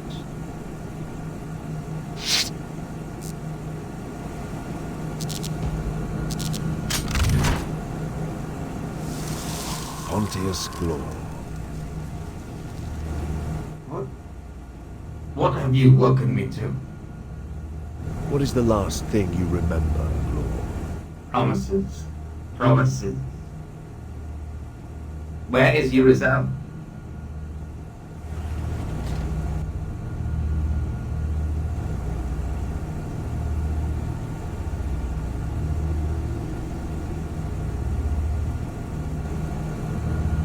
Temper, temper. I am Eisenhorn, Imperial Inquisitor. You are my prisoner, and you only enjoy cognitive function because I allow it. You will answer my questions. I will not. Amos, disconnect this menace and prepare it for disintegration. Wait. Wait! I know that your life and intellect were preserved in this device, Pontius Glor. I know you have waited 2 centuries, trapped in a bodiless state, desperate to be made whole again. That is what your family promised you, wasn't it? You yourself promised. He said it to be so. The methods were prepared. To sacrifice the nobility of hubris so that their life energies might be siphoned off into you through this casket. To give you the power to create a body for yourself. He promised. Uricel and the others abandoned you, Pontius. They abandoned the Hubris project at the last minute in favor of something else. They are now all in the custody of the Inquisition. They would not. I'm sure they wouldn't. Unless it was something so vital, so unmissable they had no choice. You'd know what that would be. Wouldn't you? What would be more important to them than you, Pontius Glor? They are not caught. What? Who are not? My brethren, like you, if you had them, you would not be asking these questions. They are free and you are desperate. Not at all. You know how it is. So many lies, so many conflicting stories. Your pitiful family trying to sell each other out in exchange for freedom. I came to you for the truth. No. Credible, but no. You know what it is, Pontius. No. You know what it is. They woke you from time to time to keep you informed. Woke you from the oblivion that surrounds you in that globe. Beneath House Glor, for example, in that chapel they built to contain you. I saw you there. You subdued me with your power. I will do so again. You know what it is. They told you. No. You're lying. Not much use then. We're just beginning. Perhaps I should try. How? Exactly.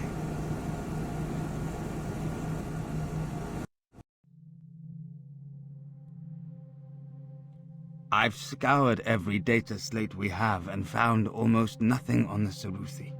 Most perturbatory. It might be worth speaking to Maxilla again, Tobias. Yes, Gregor. Tell me about the Saruthi. Tell me why you claimed to know nothing of them when I told you we were heading into their territory. Because such places are forbidden. Because you are an Inquisitor. And it does not do to admit transgressions to one such as you. You have aided me eagerly and generously up to now, Tobias. I suspected your motives at first, a detail for which I have apologized. I see now you are as keen to serve the Emperor of Mankind as I. It troubles me that you would withhold information now. It does more than trouble me, Gregor. It has plagued me. A crisis of conscience. It is time to speak, then. Imperial knowledge of the Saruthi is scant, and as you say, forbidden. I am more than aware that rogue traders know a great deal more about the outside systems and their species than we do. You are no rogue, but you are of the merchant elite. I think it unlikely that you have never come across any information pertaining to this Xenos breed. As a young man, over 90 years ago, I traveled into Saruthi space. I was a junior crewman aboard a rogue trader called the Promethean. I never left the bowels of the ship, or went to the surface of any worlds. All I knew was the miserable duration of the voyage. As I understand it, it took the senior officers a long time to find the Saruthi at all, and even then they were less than forthcoming. The third officer, a man I knew reasonably well, confided to me that the Saruthi played tricks on trade envoys, hid from them, tormented them. Tormented how? Their worlds were eerie, disarming, uncomfortable. Something about the angles, the officer said. The angles? as if something ill and twisted had infected their dimensions. We came back empty-handed after a year.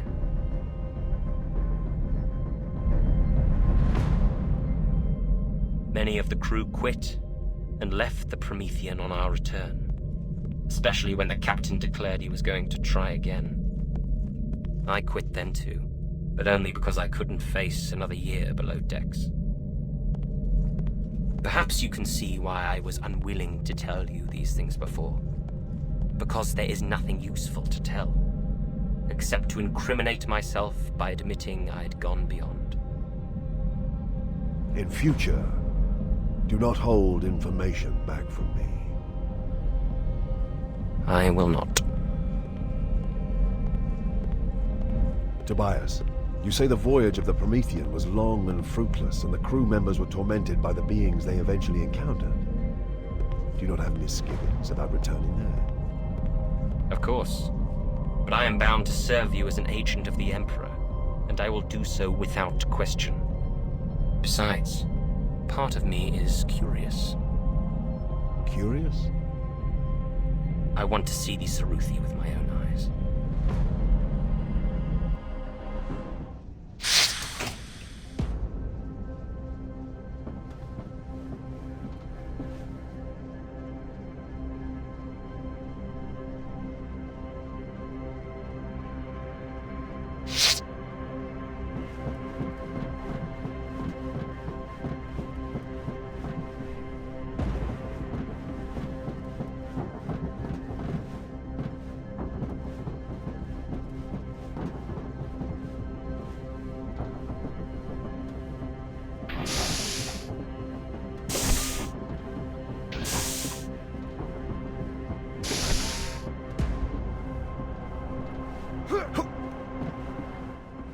I tell you much, you tell me little. That was not the deal, Pontius. How can I communicate your will to your allies if I know nothing of the true matter? You should go before they discover you. Eisenhorn is becoming suspicious. Tell me, Pontius. We're nearly there. The window for communicating with your allies is closing. The necrotooth.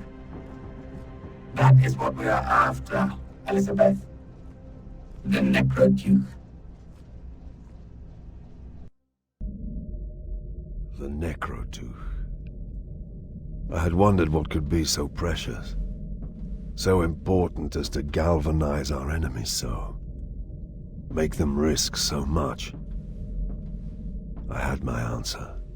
Legend said the last extant copy of that abominable work had been destroyed millennia before. Except that by some means, in antique ages past, a copy had come into the hands of the Saruthi race, and now they were preparing to trade it back to Glor's Imperial heretics. The Essene burst back into real space, deep within system KCX-1288 on the 31st week of the voyage. The local star was a vast, swollen fireball, pulsing and retching out its last few million years of life. Alarms and sirens shrilled as the Essene was battered by immeasurable radiation and waves of searing star debris. The whole system was in a state of collapse.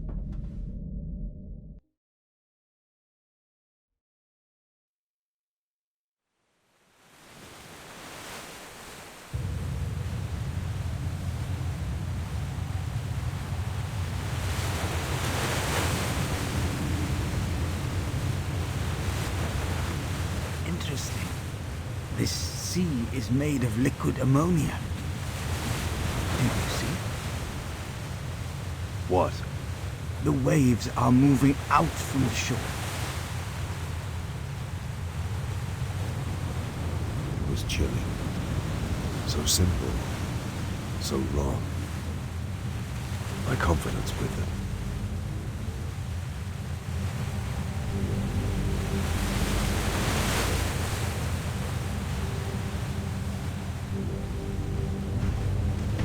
structure was similar to those that formed the pathway that led the Essene to this accursed planet. Presumably this one served the same purpose.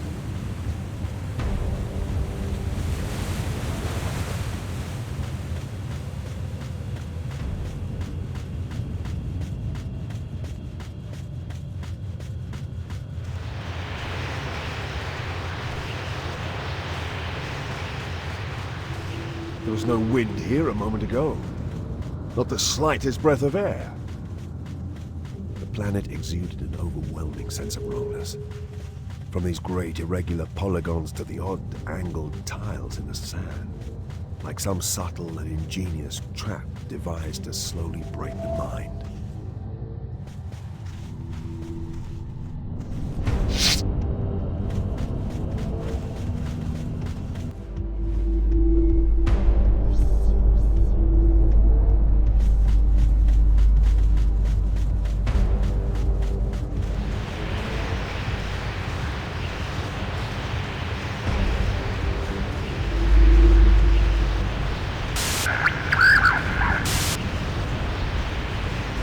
Can you hear that? As you instructed, Little. But it's not going to... Say again, what did you say it is? Maxilla, repeat.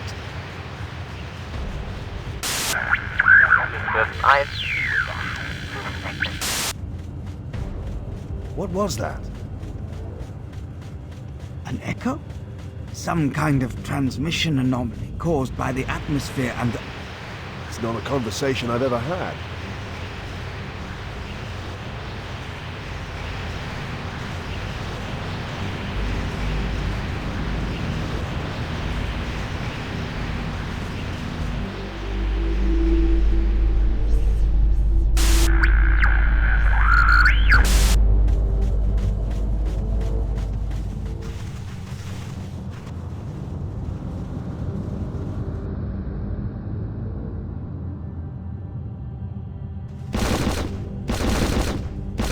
Why would the Navy be executing Gudrunite guardsmen out here?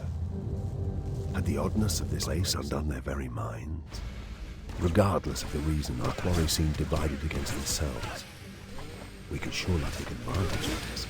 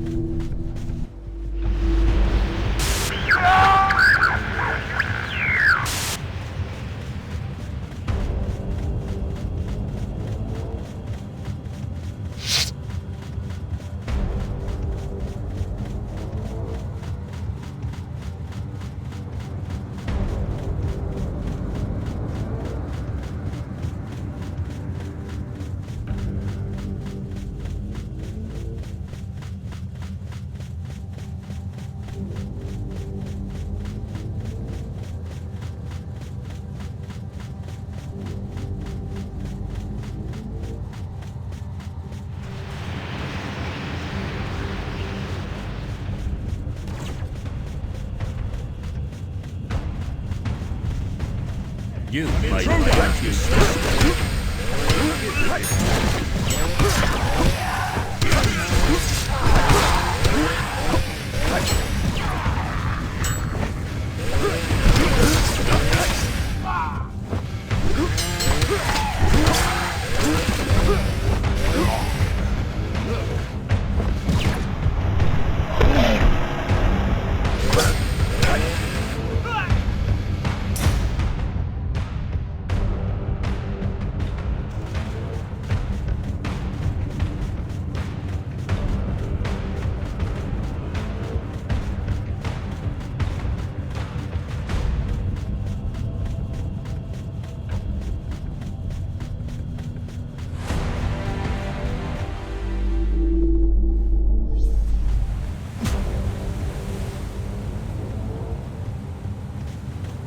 look! How did we not see them when we passed?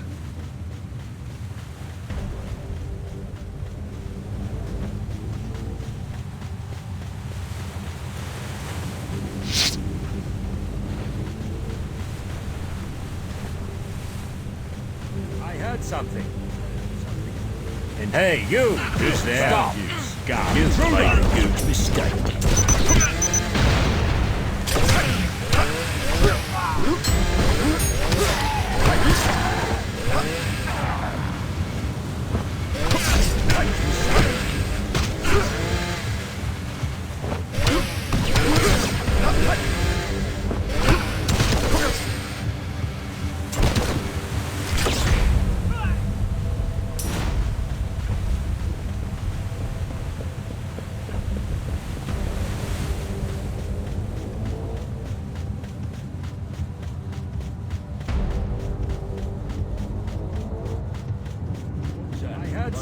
Hey, you! What are you? Stop!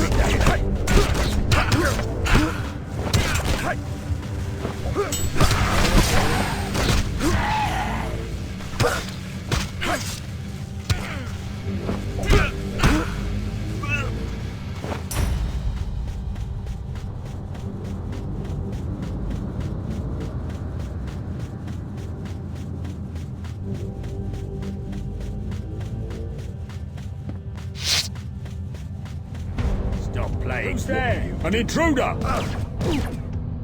Found you, scum!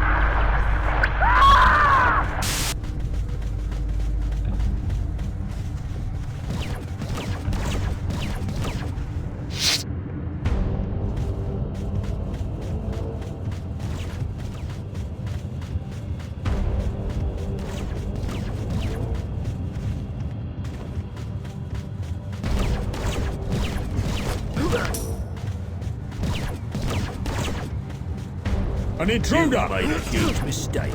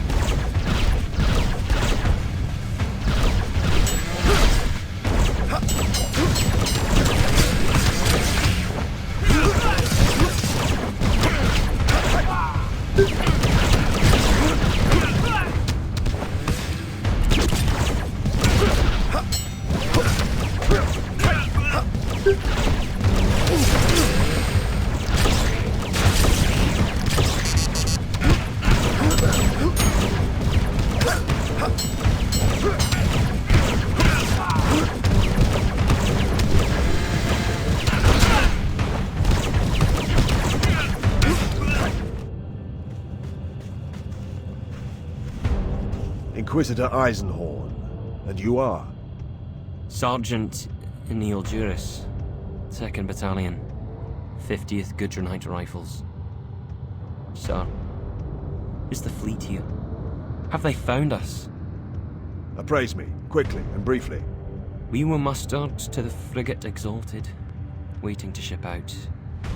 When we ran from Gudrun High Anchor, then Captain Eastrom told us all Gudrun had fallen and we were relocating.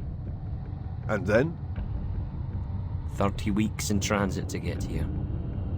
The moment we arrived, we knew something was wrong. We protested, demanding to know what was happening. They called it dereliction and sent dozens to the firing squads. We were given a chance to follow orders or die. Not much of a chance. No, sir. That's why I tried to get the men out. We broke and ran. Once we got in there, once they were busy, they came after us to hunt us down. Tell me what you saw. They deployed us from the ships along this beach as an escort detail for the main party. What of the cargo? The cargo? Nothing. In the main party was the captain, Lord Glor of Gudrun, a merchant, an ecclesiarch, and a great and terrible warrior that they tried to keep away from us regular troops. Then what? We advanced. It seemed to me that they knew where they were going. Things changed as we went further in. It got darker and warmer, and it was hard to negotiate the way as if... As if what? We couldn't judge distances. Sometimes it was like wading through hot wax. Sometimes we could barely slow ourselves down. Some of the men panicked. We found polygons, like these on the beach. There were rows of them, aisles marching away into the uplands. They were so irregular they disturbed the mind. They seemed to vary, to change. The ecclesiarch and the merchant seemed to be leading us. And there was another man, a tech priest type. Slim build, blue eyes. Yes. His name is Malahite. He played a part in choosing your path? Yes. They deferred to him on several occasions. Finally, we came to a plateau which seemed to be artificial in nature. We waited what seemed like hours, but it was impossible to tell because our chronometers had all stopped. Then there was some kind of dispute. Lord Glor was arguing with some of the others. I saw this as a chance. I got the men ready, nearly 90 of us, ready and eager to trust to chance and flee. All eyes were on the shouting match. The big warrior. God Emperor save me. He was shouting by then. I think the sound of his voice was what decided us. We slipped away in 2s and 3s from the back of the ranks, down the sides of the plateau, and ran back the way we'd come. And they discovered your escape? Eventually. And came hunting for us. The rest, you know.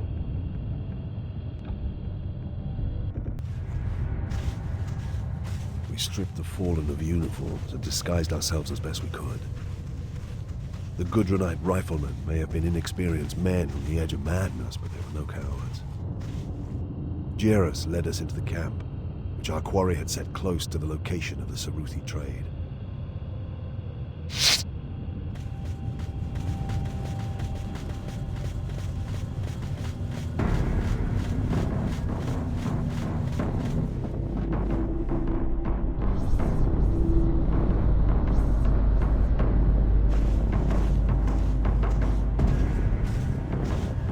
Wait for my signal.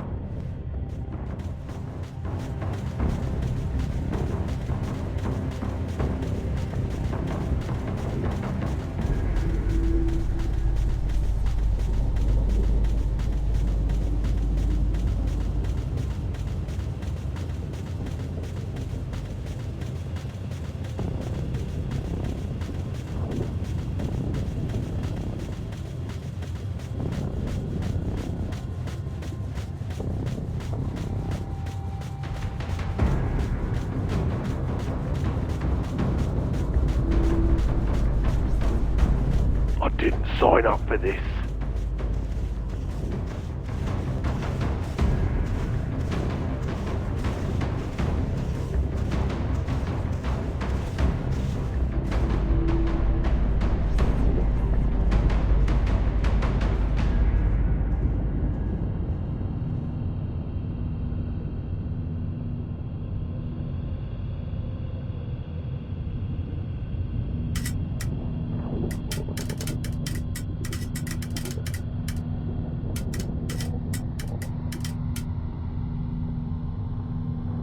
They were warped things. Warped from any civilized sense of grace, any human understanding of aesthetics. And in good faith, we have brought the properties as agreed. Attend to me. I confess that I was by then as afraid as those with me. I have seen horror, and horror itself doesn't terrify me. Nor indeed was there anything horrific about these beings. Alien, yes, and as a Puritan that was alarming. But objectively they were impressive, striking creatures. Assured. Almost majestic. Your bond you have with truth made being man. Then we may trade.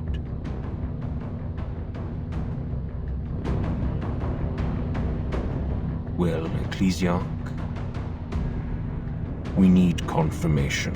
The true that is ours. The Necrotooth. They had the Necrotooth. It was now or never, I thought. Look out! They're attacking!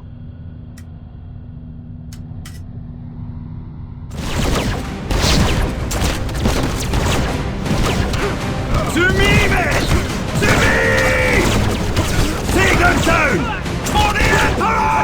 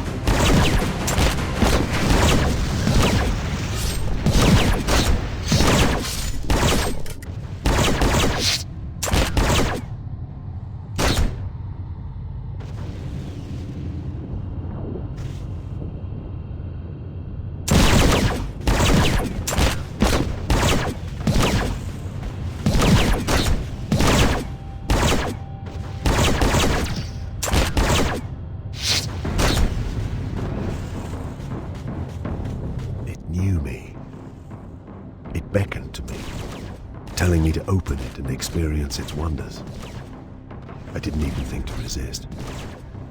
What it was showing me was so wondrous, so sublime, so beautiful. The stars themselves, and behind the stars, the mechanisms of reality.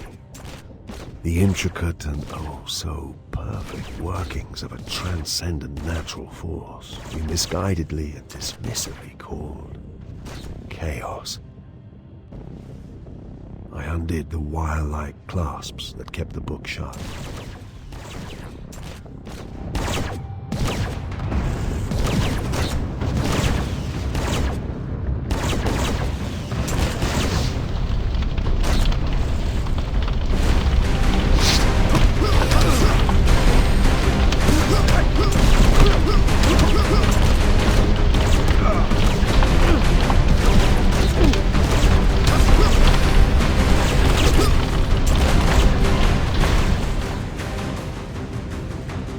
Don't forget what you came for, abomination.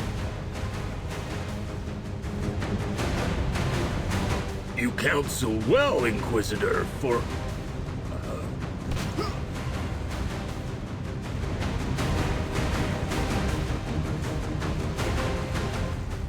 I bent down, torn by duty. The thing should be destroyed. But could not the Inquisition and the Imperium as a whole benefit from the infinite truths it contained? Had I even the right to destroy something so priceless? The Puritan part of me had no doubt. But another part abhorred the idea of wasting it. Evil stems from how knowledge is used. Perhaps if I read a page or two, I could make a better decision. Throw that down, Glor. It's over. For you, yes.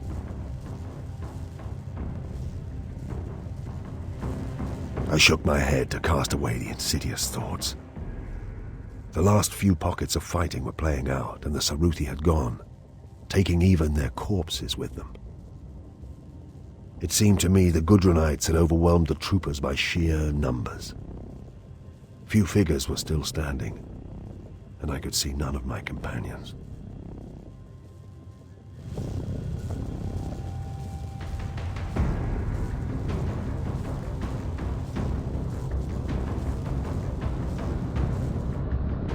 I think it would be prudent to get out of here. It pains me to say this, but we're taking him too. Are sure? The Inquisition will want to plunder his brain. It is as if this place is coming to an end. We don't want to be here when that happens. Eisenhorn? For pity's sake, you there? Are you there? Conditions are worsening. 3 ships just left, moving right past me. I cannot stay here much longer. Respond! Please, respond! We have to get out of here! We have to get the hell out of here! Tell Elizabeth I agree with that. The echoes, delays, and dislocations were catching up with themselves. The wrongness was righting itself, and I thought, with irony, that made things no better for us.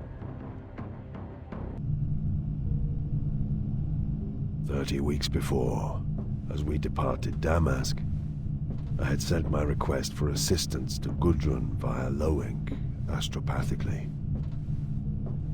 I had outlined as much of the situation as possible, and hoped the Lord Militant would send a military expedition to support me.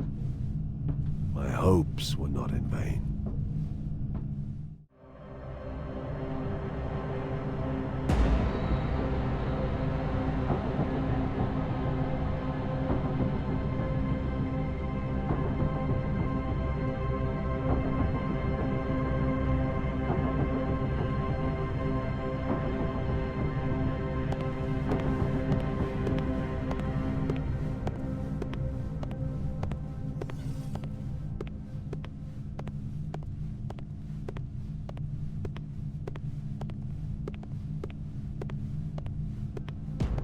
How goes the uprising? Well enough, Inquisitor. We understand the Lord Militant has declared the Helican Schism over and quashed, though pacification wars are still raging across Thracian. Losses? Considerable. Mainly to the population and materials of the world affected, though some fleet and guard units have taken a beating. Lord Glor's treason has cost the Imperium dear. Glor's treason has cost him his life. His body rots on a nameless world in the system behind us. Your master will be pleased.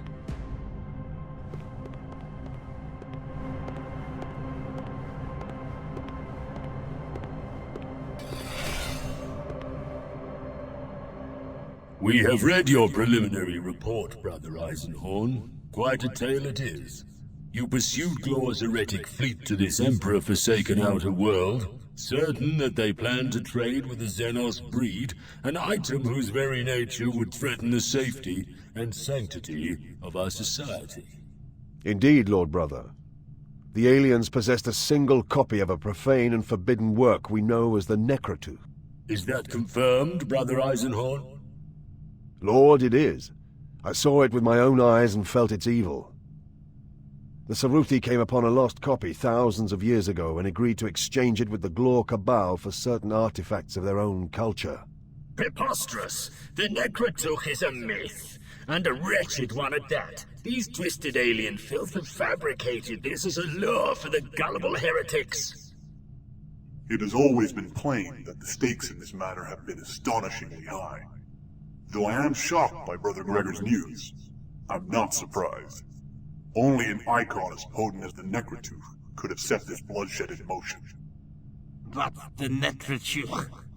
such a thing... Were they successful, Brother Eisenhorn? No, Lord Brother, they were not. The aliens were driven off and most of the heretics' advance guard, including Lord Glor and Mandragore, a blasphemous child of the Emperor allied to his cause, was slain. Some heretics escaped your purge. 2 key conspirators, brother.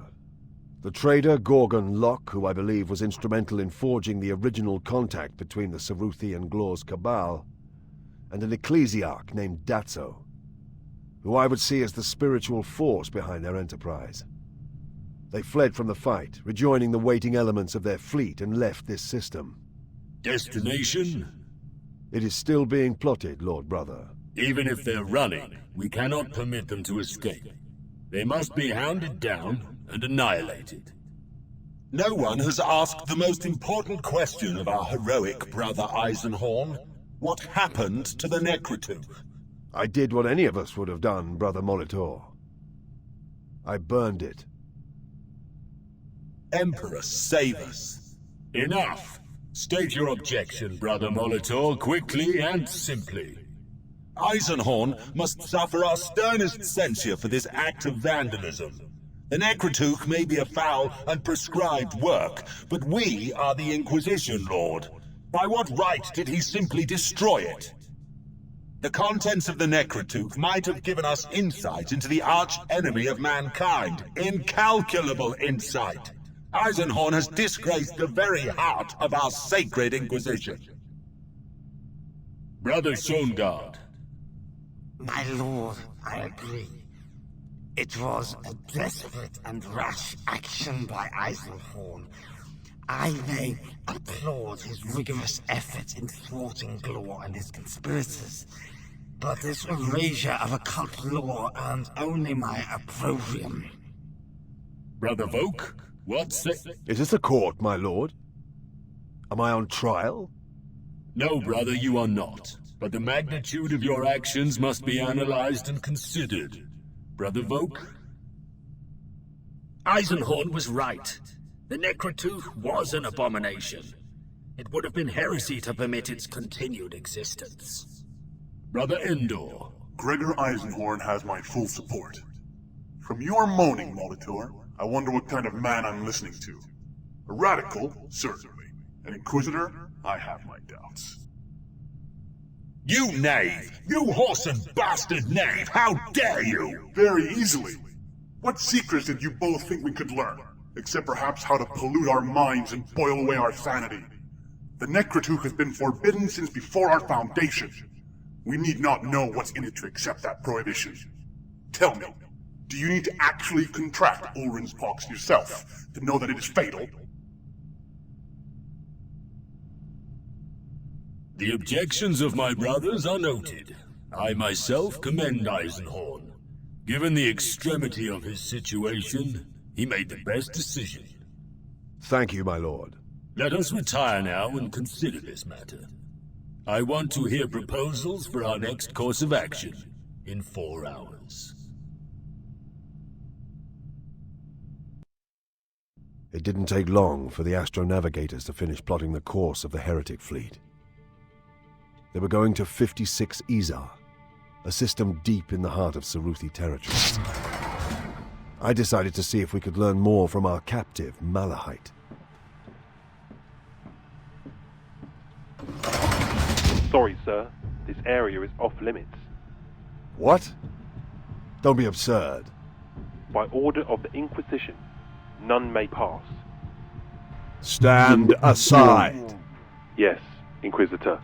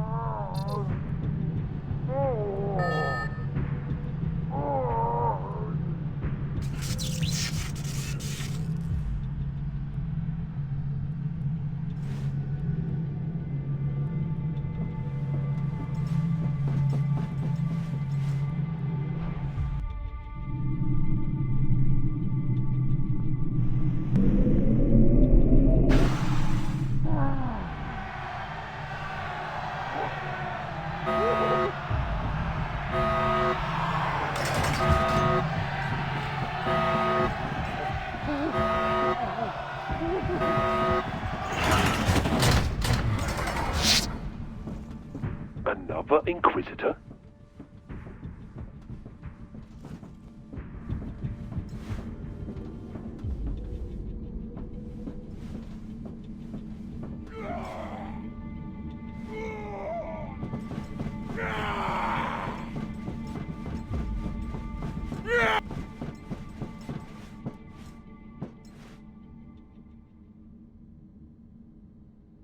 Throne of Terror, he's dead! What in the name of the Emperor is going on here? I was concerned for your health, brother, the injuries you have suffered, your fatigue. Malahite had to be interrogated with all speed, and thought I would ease your burden by commencing the, Molitor! Malahite is my prisoner. Please, Inquisitor Eisenhorn, this is an unfortunate mistake. We will make reparations. Put away your weapon. Every inch of skin had been peeled from his body. Whatever secrets they'd torn from him, they wouldn't divulge to me. Malahite's corpse was placed in a stasis field, and Lord Rorken demanded an auto-seance be performed forthwith. I lead, but with Volk's help, and Loink channeling the astropathic choir.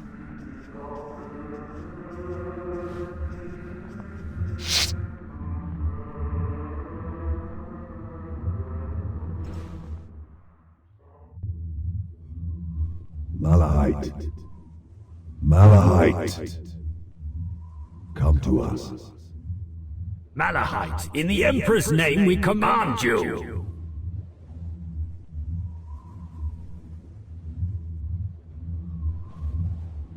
I am here. See what we have dug up. Will you cooperate? I have not time. I must work. You have plenty of time. Do you know where we are? This is a fringe world. I forget the name. I discovered something of great import here. It is of later events that we wish to speak. This is where it begins. Glor will recruit me for this. Where will it lead? Tell us of the Saruthi. You can offer me nothing. I am dead. We can save you from the fate doomed to you by the House of Glor. The Saruthi. They had an empire, you know. Its history is related on these octagonal tiles. It was old and spanned 40 worlds when humans fleeing persecution on Terra unwittingly delivered them the Necrotooth. It warped them, infected their culture like a pathogen. Madness and civil war tore their civilization apart. They are corrupted as a species? There is no saving them, Inquisitor. Unlike the other harmless Xenos your ignorant order detests, the Saruthi truly are an abomination, a chaos breed. And their resources, their military capability? I have no idea. They abandoned spaceship technology centuries ago. The Necrotooth corruption made their technology redundant. They can undo the angles of space and time, slip between dimensions, and construct temporary four-dimensional environments. Like the one where the trade was to take place? Yes. They built the Tetrascape inside KCX-1288, specifically for us. How was the deal arranged?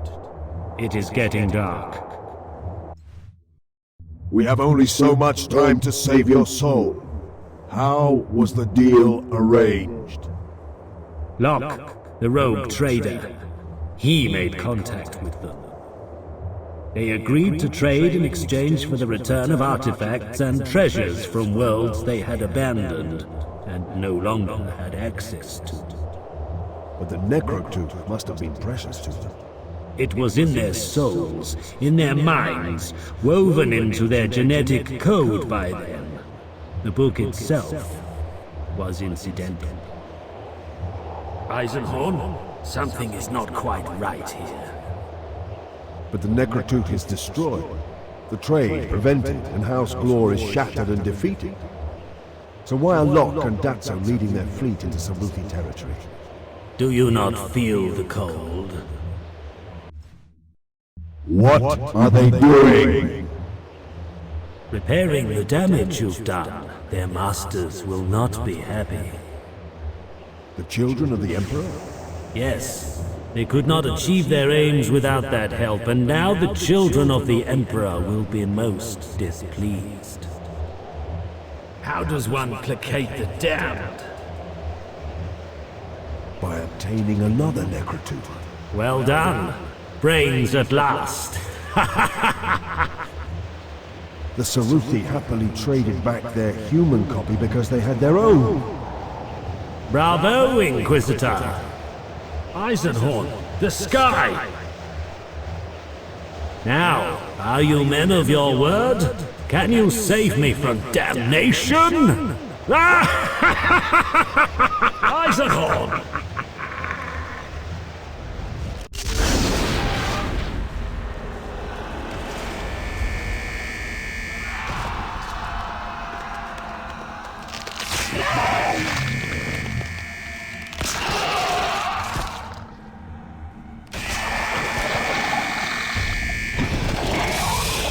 Get help! This chaos spawn must be purged! Chaos filth, there is no sanctuary here!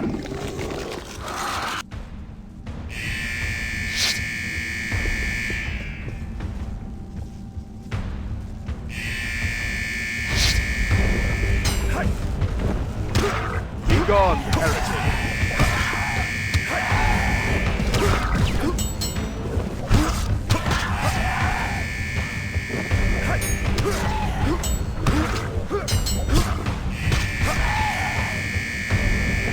Be still.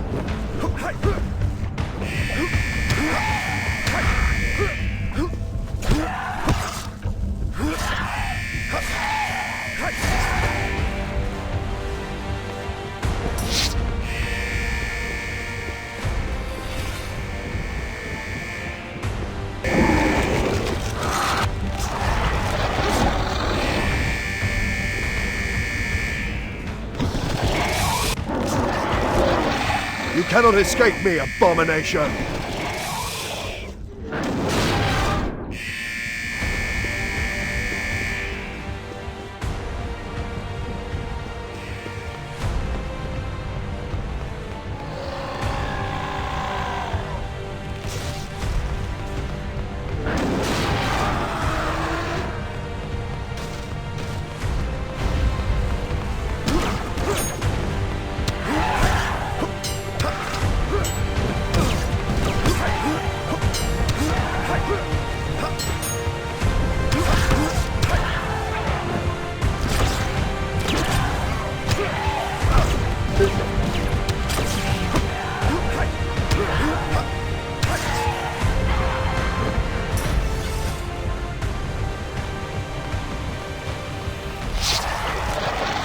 By the Golden Throne, I will commit you to the Abyss.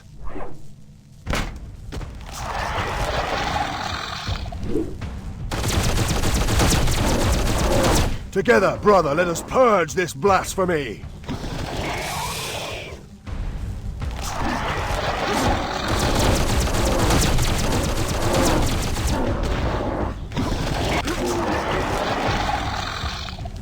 Malahite cared naught for his soul.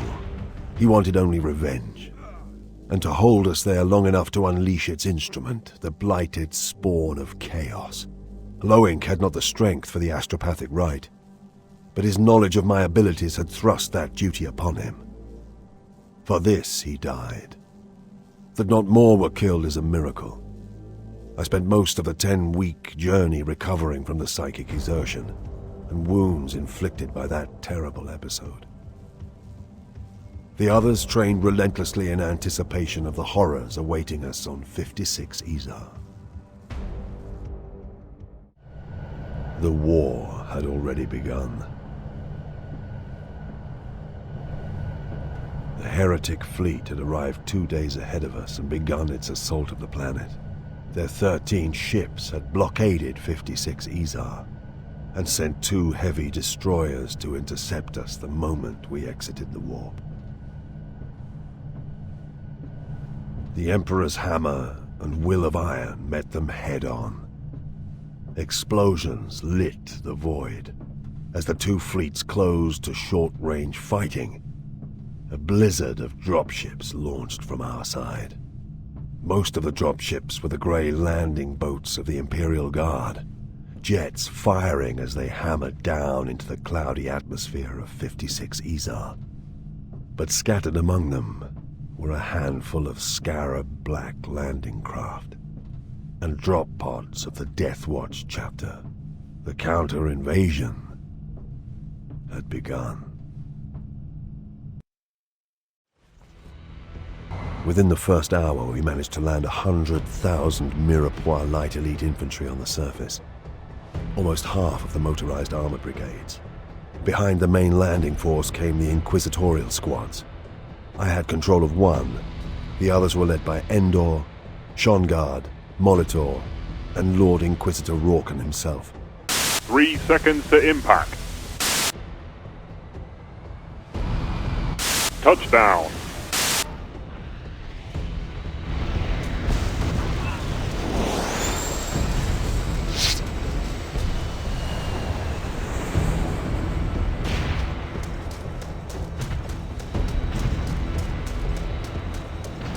Jerris, take point.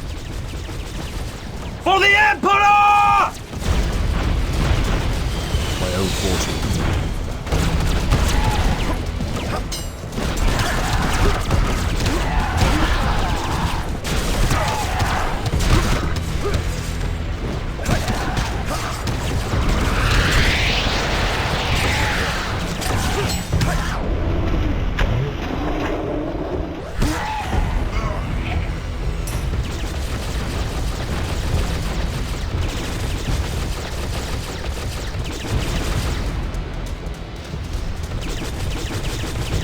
Purge 2, deploying on surface at chart mark 7.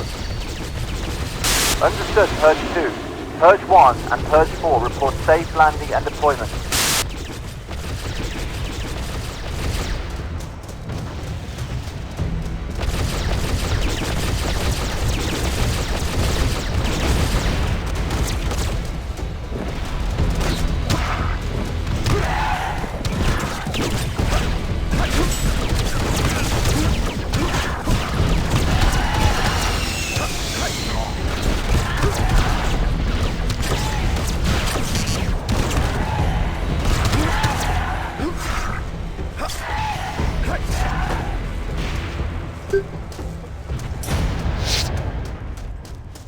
Jerris's Gudronite conscripts had been forged into soldiers on the alien anvil of KCX-1288. Beckwin had also been transmuted by experience in the months since I'd first met her on Hubris. A hard, serious woman had replaced the scatty, selfish pleasure girl from the Sundome.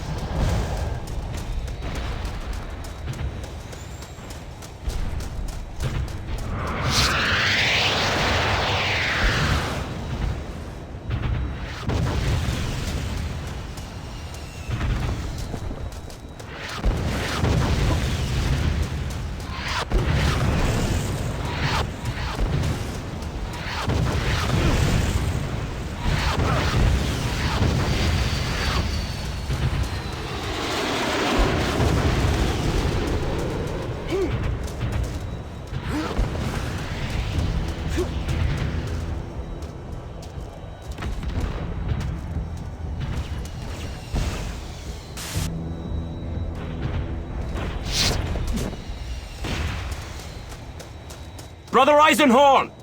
The edifice is clear! In the name of the Emperor, advance!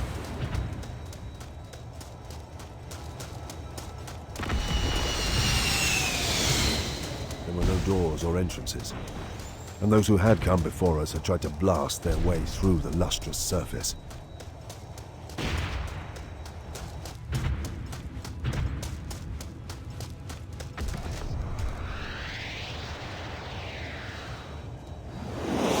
Squad, the trials we've been through may be as naught compared to the blasphemies that lie waiting within this Xenos structure. But the Imperium depends on us. If the children of the Emperor attain the Necrotuch, there will be little to go back to. Think to your training and gird yourselves. May the Imperium prevail! Into the gate!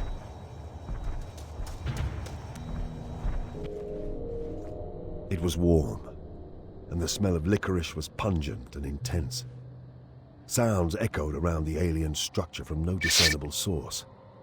The odd sense of space and time being undone was ever present, as with all of the Saruthi artifacts we'd encountered.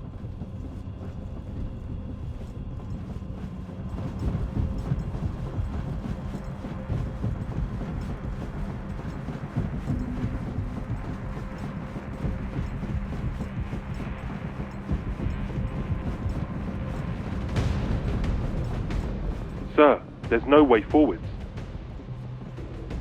Stay close, and keep your wits about you.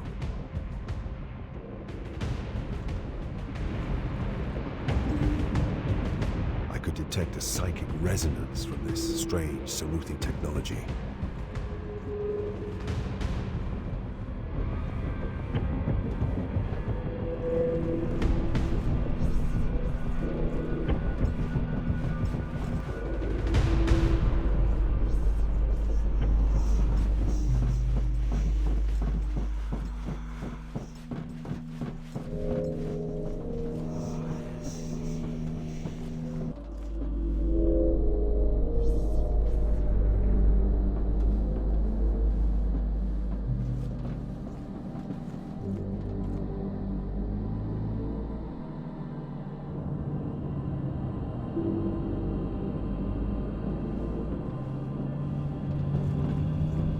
We exited the Tetragate, but the Gudronites did not. Who knows in what alien location they found themselves stranded.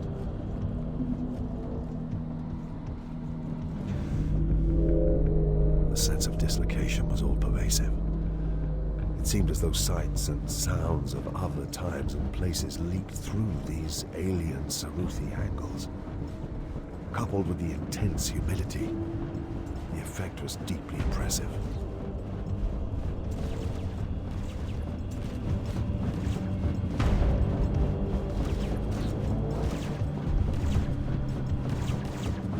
These structures bear a similarity to those we saw earlier.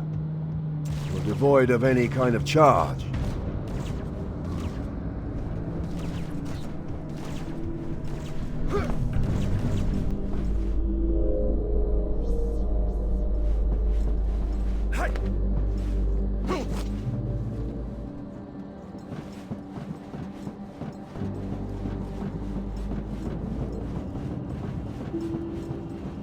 It seemed as though we'd entered some kind of ornamental garden.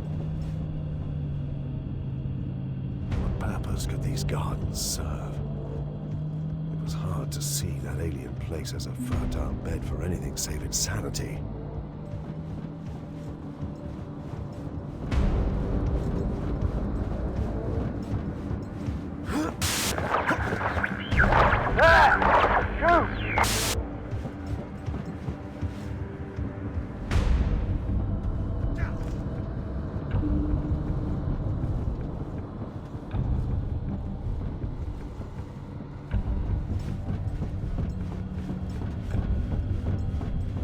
Brother Eisenhorn, how goes the attack?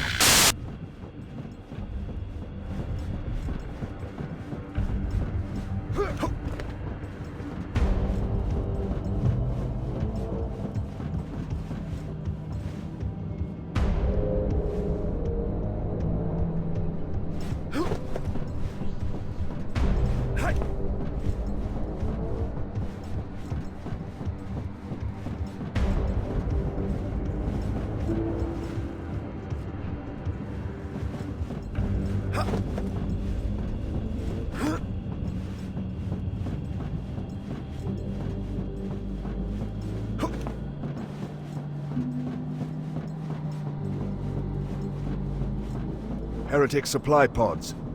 Keep an eye out for more of these. They may be useful. Where's that figure going? Why does it look so familiar?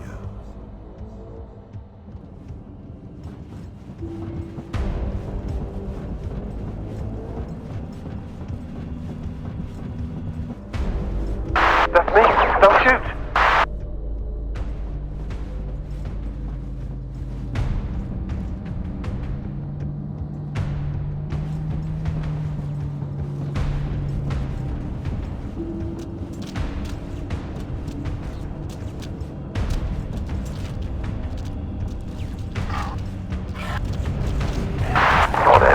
Save us.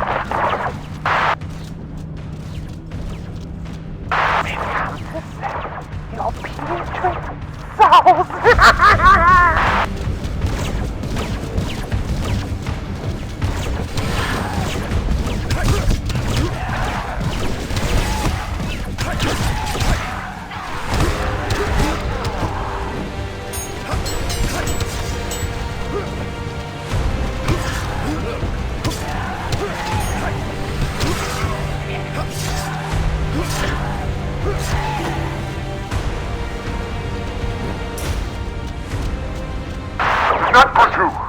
I see the necrotu!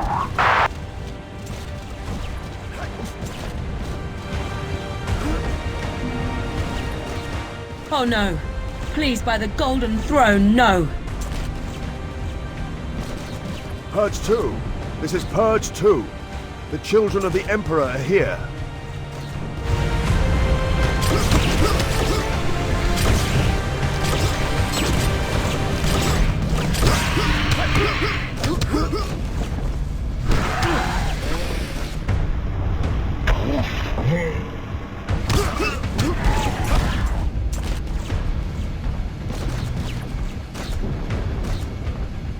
And by the Emperor's blessing, the titanic form of a Death Watch space marine appeared. Were it not for his timely intervention, I would surely have been dead.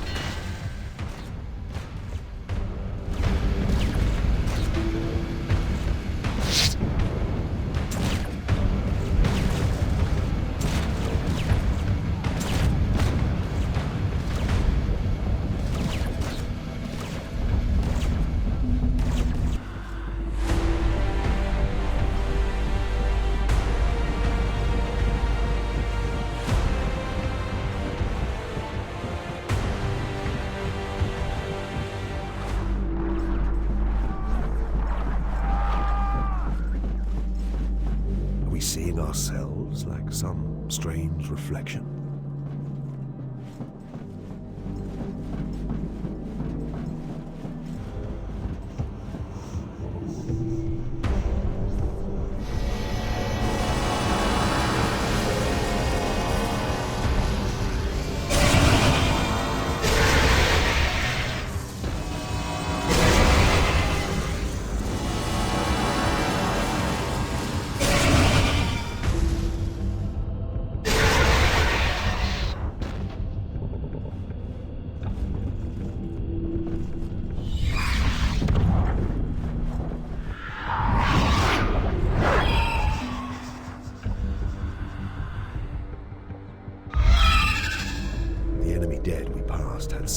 branding on their faces.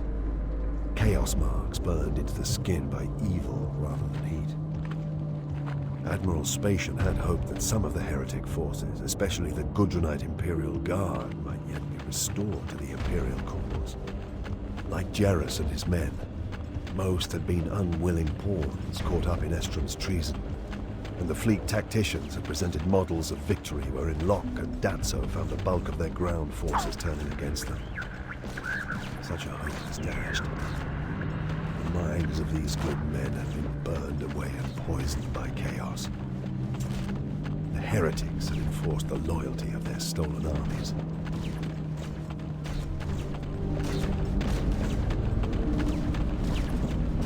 Eisenhorn, you have entered the wrong edifice.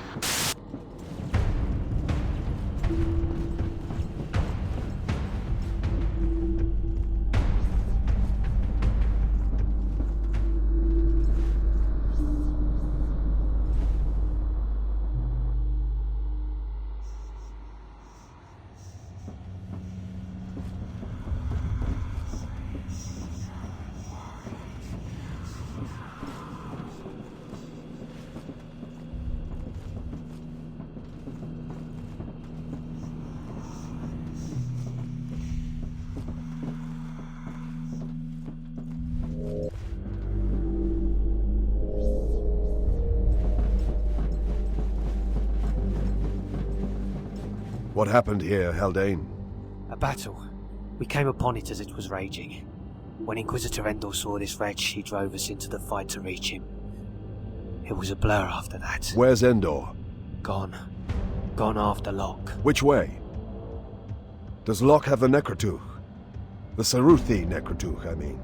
No, but he has the primer. The what? That's who got it out of this thing somehow. A language primer.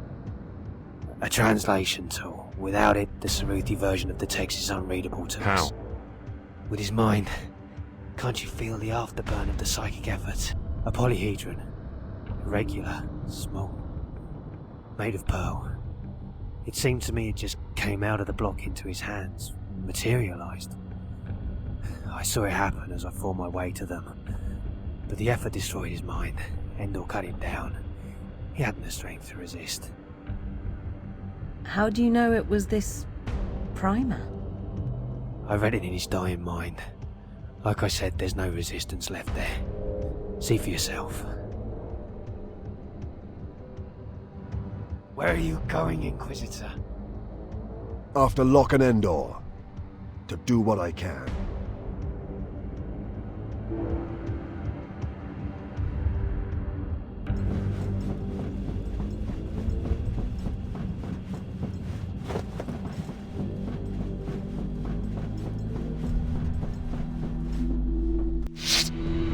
This is Purge 2.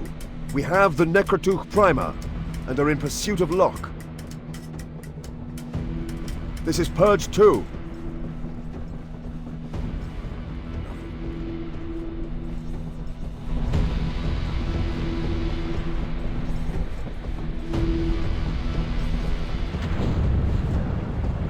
Titus, do you read me? Titus! Titus!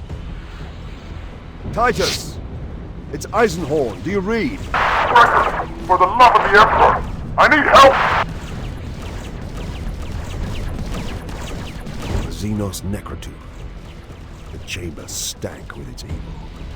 The licorice smell, so rich and cloying it made us gag. This was not Saruthi handiwork, but a touch of pure chaos spawned by the Necrotuch, infecting the Xenos fabric of its sanctum. Titus! Gregor! There were too many of them, Gregor. I was ambushed. Don't move, Titus. We'll get you out of here. Locke is just beyond these heretics.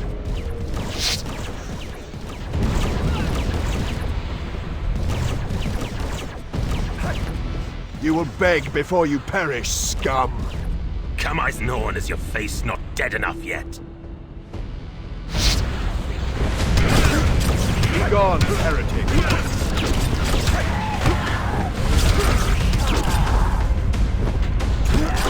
This be your reckoning.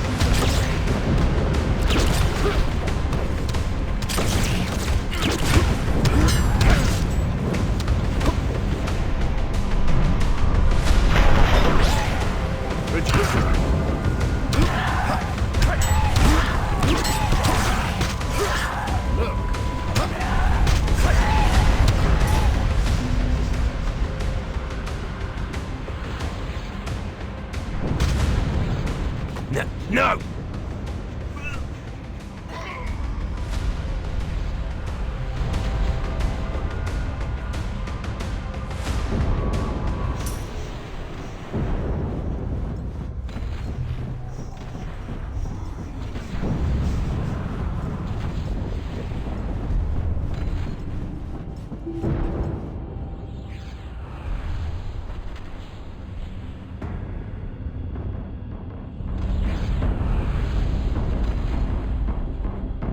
So perish all heretics indeed. Turn him so he can see me.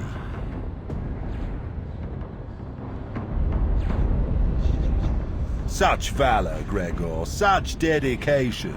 I thought you'd be the one to find the prize. Let him speak. What are you doing, Molitor? Recovering the priceless Necrotuch, of course. We really can't have you destroying another copy now, can we? We? There are many who believe mankind will benefit more from the study of this artifact than from its destruction. I have come to safeguard those interests. Rorken will never allow... You will burn for... My estimable Lord Brother Rorken will never know. Feel how this place quakes. See how the roof splinters and collapses. 10 minutes ago, I signaled to the fleet that the primary objective was achieved. I gave the code for Sanction Extremis. They believe the Necrotuch had been found and safely disposed of. Our forces are withdrawing. With all haste, the batteries of the fleet have begun to level these Xenos places. No one will know that the divine Necrotuch has been carried off safely. Not a shred of evidence, nor any voice of dissent. How brave of you to give your life in the assault on 56 Izar. Your name will be remembered on the roll of honor, I assure you. I'll see to that myself. Bastard! Fetch it for me. We would be well to leave promptly.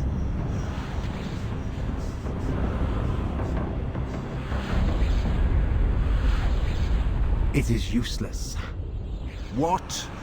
Unreadable. Locked within an impenetrable Xenos language code. No. Impossible. Break the code. Would that I could. It is beyond even my ability.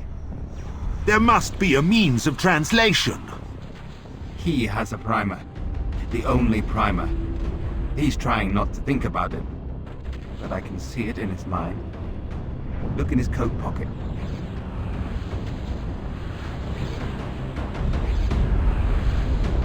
Devious to the last, Gregor, you whoreson wretch.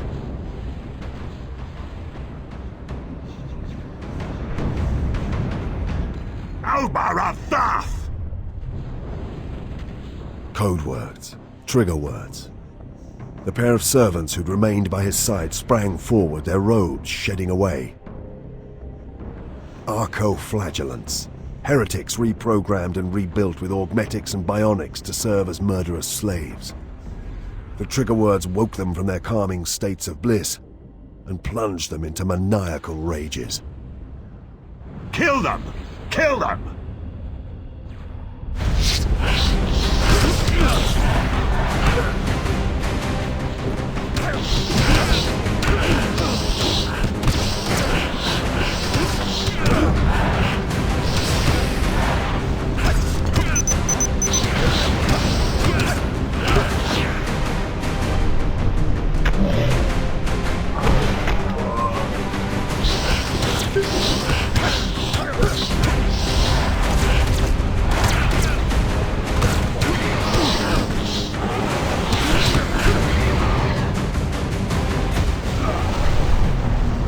Eisenhorn! Eisenhorn! Stay at my side. We're gonna die! Elizabeth, come back!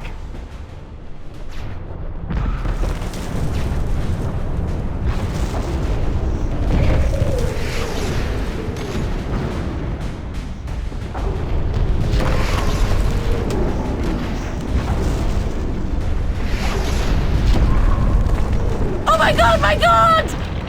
We've got to escape! Stay close to me! Watch out!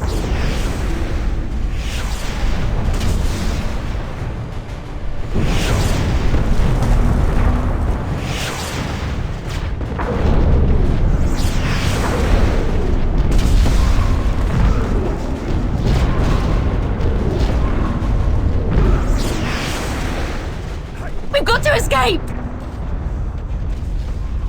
The primer, you whoreson bastard! Give me the primer! I gave him a full clip of bolt rounds instead.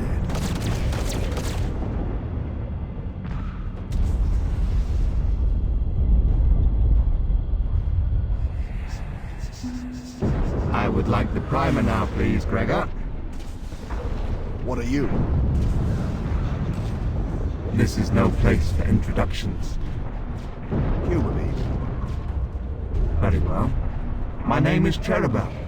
Now, that primer. Time is ticking away. Time will always tick away. Who made you? Made me? You're a demon host. A conjured thing. Tell me who made you and who commanded you and Molitor to come after this prize, and I might give you the primer. Let us both be abundantly clear about this, Gregor. You will give me the primer. Either you will hand me the primer now, or I will come over to you and take it. And break every bone in your body, and rape that girl at your side, and break every bone in her body too. And then drag your jiggling carcasses down into the chamber below, and string you both up on the hooks, and burn out your agony centers as I wait for the bombardment to flatten this place. Your choice. You've been in my dreams for a long while now. Why is that? You are gifted, Gregor. And time is not the arrow that humans like to think it is. A second in the warp would show you that. Why, a second in the four-dimensional habitats of the Saruthi should have proved it too. Your dreams were just nightmares of something yet to happen. Who made you? The Holy Inquisition made me, Gregor. A brother of yours made me. Now, for the last time, give me that. Clever of you to find an untouchable to cancel me out. How did you manage that? Fate, like time, is not linear, Cherubel. Surely you know that. I found Bequin in the same way that the dreams of you found me. I like you, Gregor Eisenhorn. So very challenging and stimulating for a human. I wish we had leisure to discourse and break bread. Give me the primer.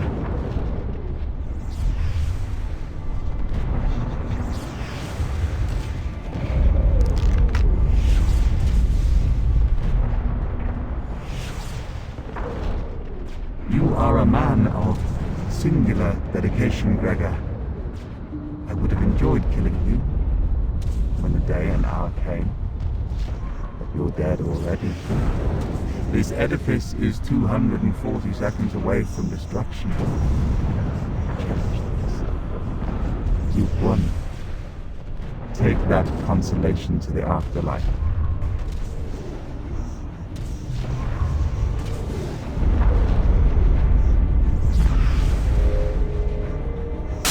Rose Thorn from Aegis. Above and, well, above, for Emperor's sake. Damn this glossier crap. Move! 40 weeks of voyage through the Immaterium had dulled our sense of victory. The fleet dispersed at Thracian Primaris, and the last I saw of Sergeant Jerris was a waving hand across a smoky, beery bar. Lord Rorken had called for a tribunal of inquiry, and the High Lords of Terror were awaiting a full account of the matter. The identity of the force behind Molitor and his demon host remained a mystery. And though Lord Rorken was as anxious as myself to find an answer, I doubted any would readily emerge. The question might fester and stagnate unanswered in the slow, unwieldy bureaucracy of the Inquisition for years. I would not allow that. As soon as I was free to engage upon another case, I would dedicate myself to finding Cherubel's master. The beloved rule of man had come close to great calamity thanks to his scheming. I would not forget the Saruthi. They were an object lesson, if any were truly needed, of how an entire advanced culture might be consumed by chaos. Cherubel still haunted my dreams, after echoes or ripples of the future.